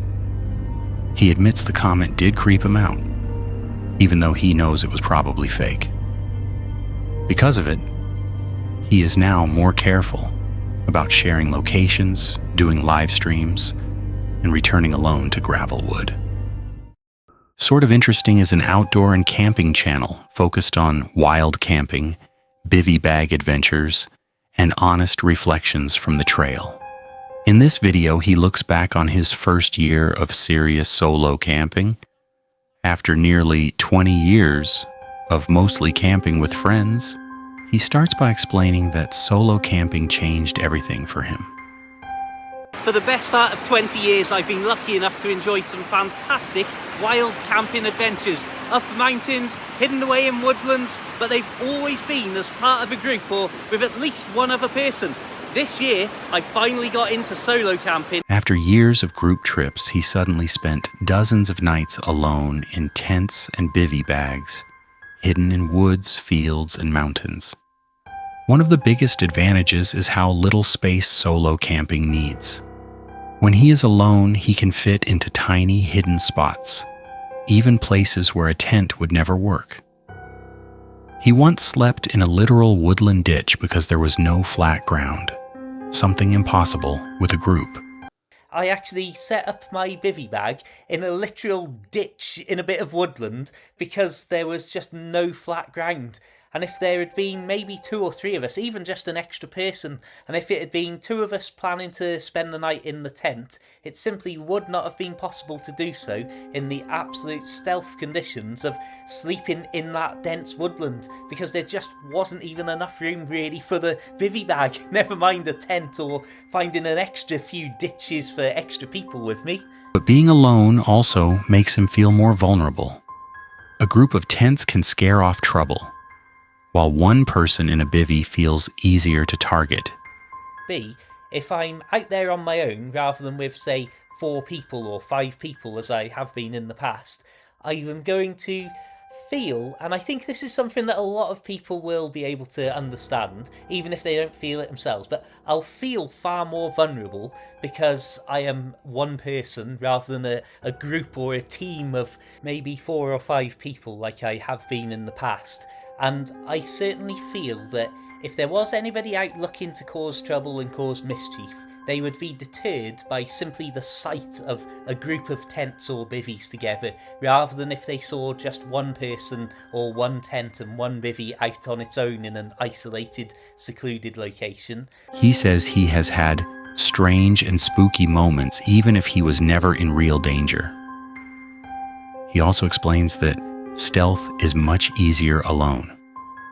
One small bivvy can disappear into the landscape, while several tents or people create shapes that are much easier to spot. It's far easier to disappear as one person with one bivvy bag than it is as a group, and it's amazing just how much of a difference that can make, that if you're one person trying to camouflage yourself and hide in the general overgrowth, undergrowth, whatever kind of growth you want to be hiding in, it's incredible how much easier it is for one blot on the landscape to disappear. Whereas if you have a little cluster of blots on the landscape, I use blot on the landscape, maybe that's not the nicest or correct term, but if you've got a few people that are making a few unnatural shapes that stand out in the surroundings, you will be far more visible than if you were one unusual, unnatural lump in the great outdoors.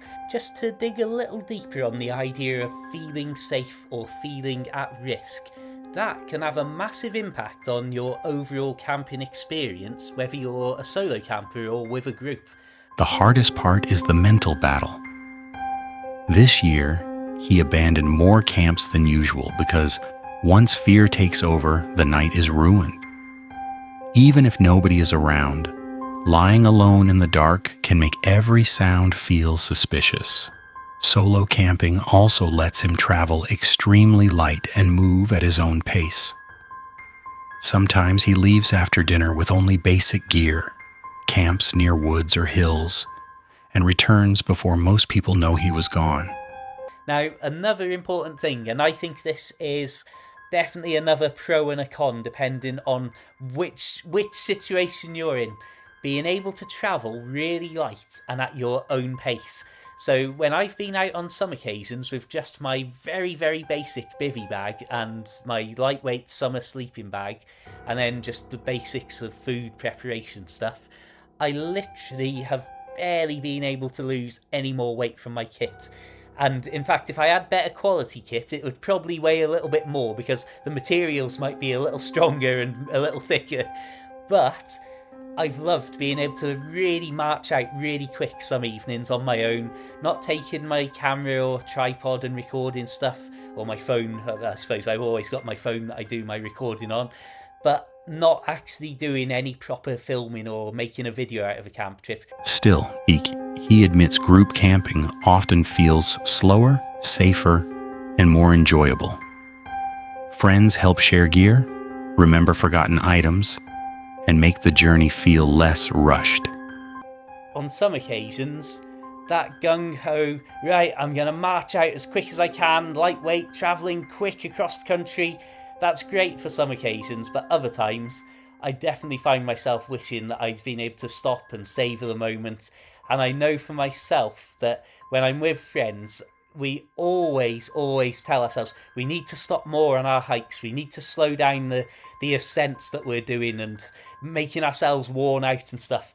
And without a second person there to sort of regulate my, I don't know, my pace, I suppose, without somebody there to regulate my enthusiasm and my absolute optimism, it's definitely sometimes that I've marched out to a point where I want to camp, and then I found myself basically there maybe an hour earlier than I needed to be. In the end, solo camping wins mainly because of convenience. No planning around others, no cancellations, no delays. Just grab the gear and go.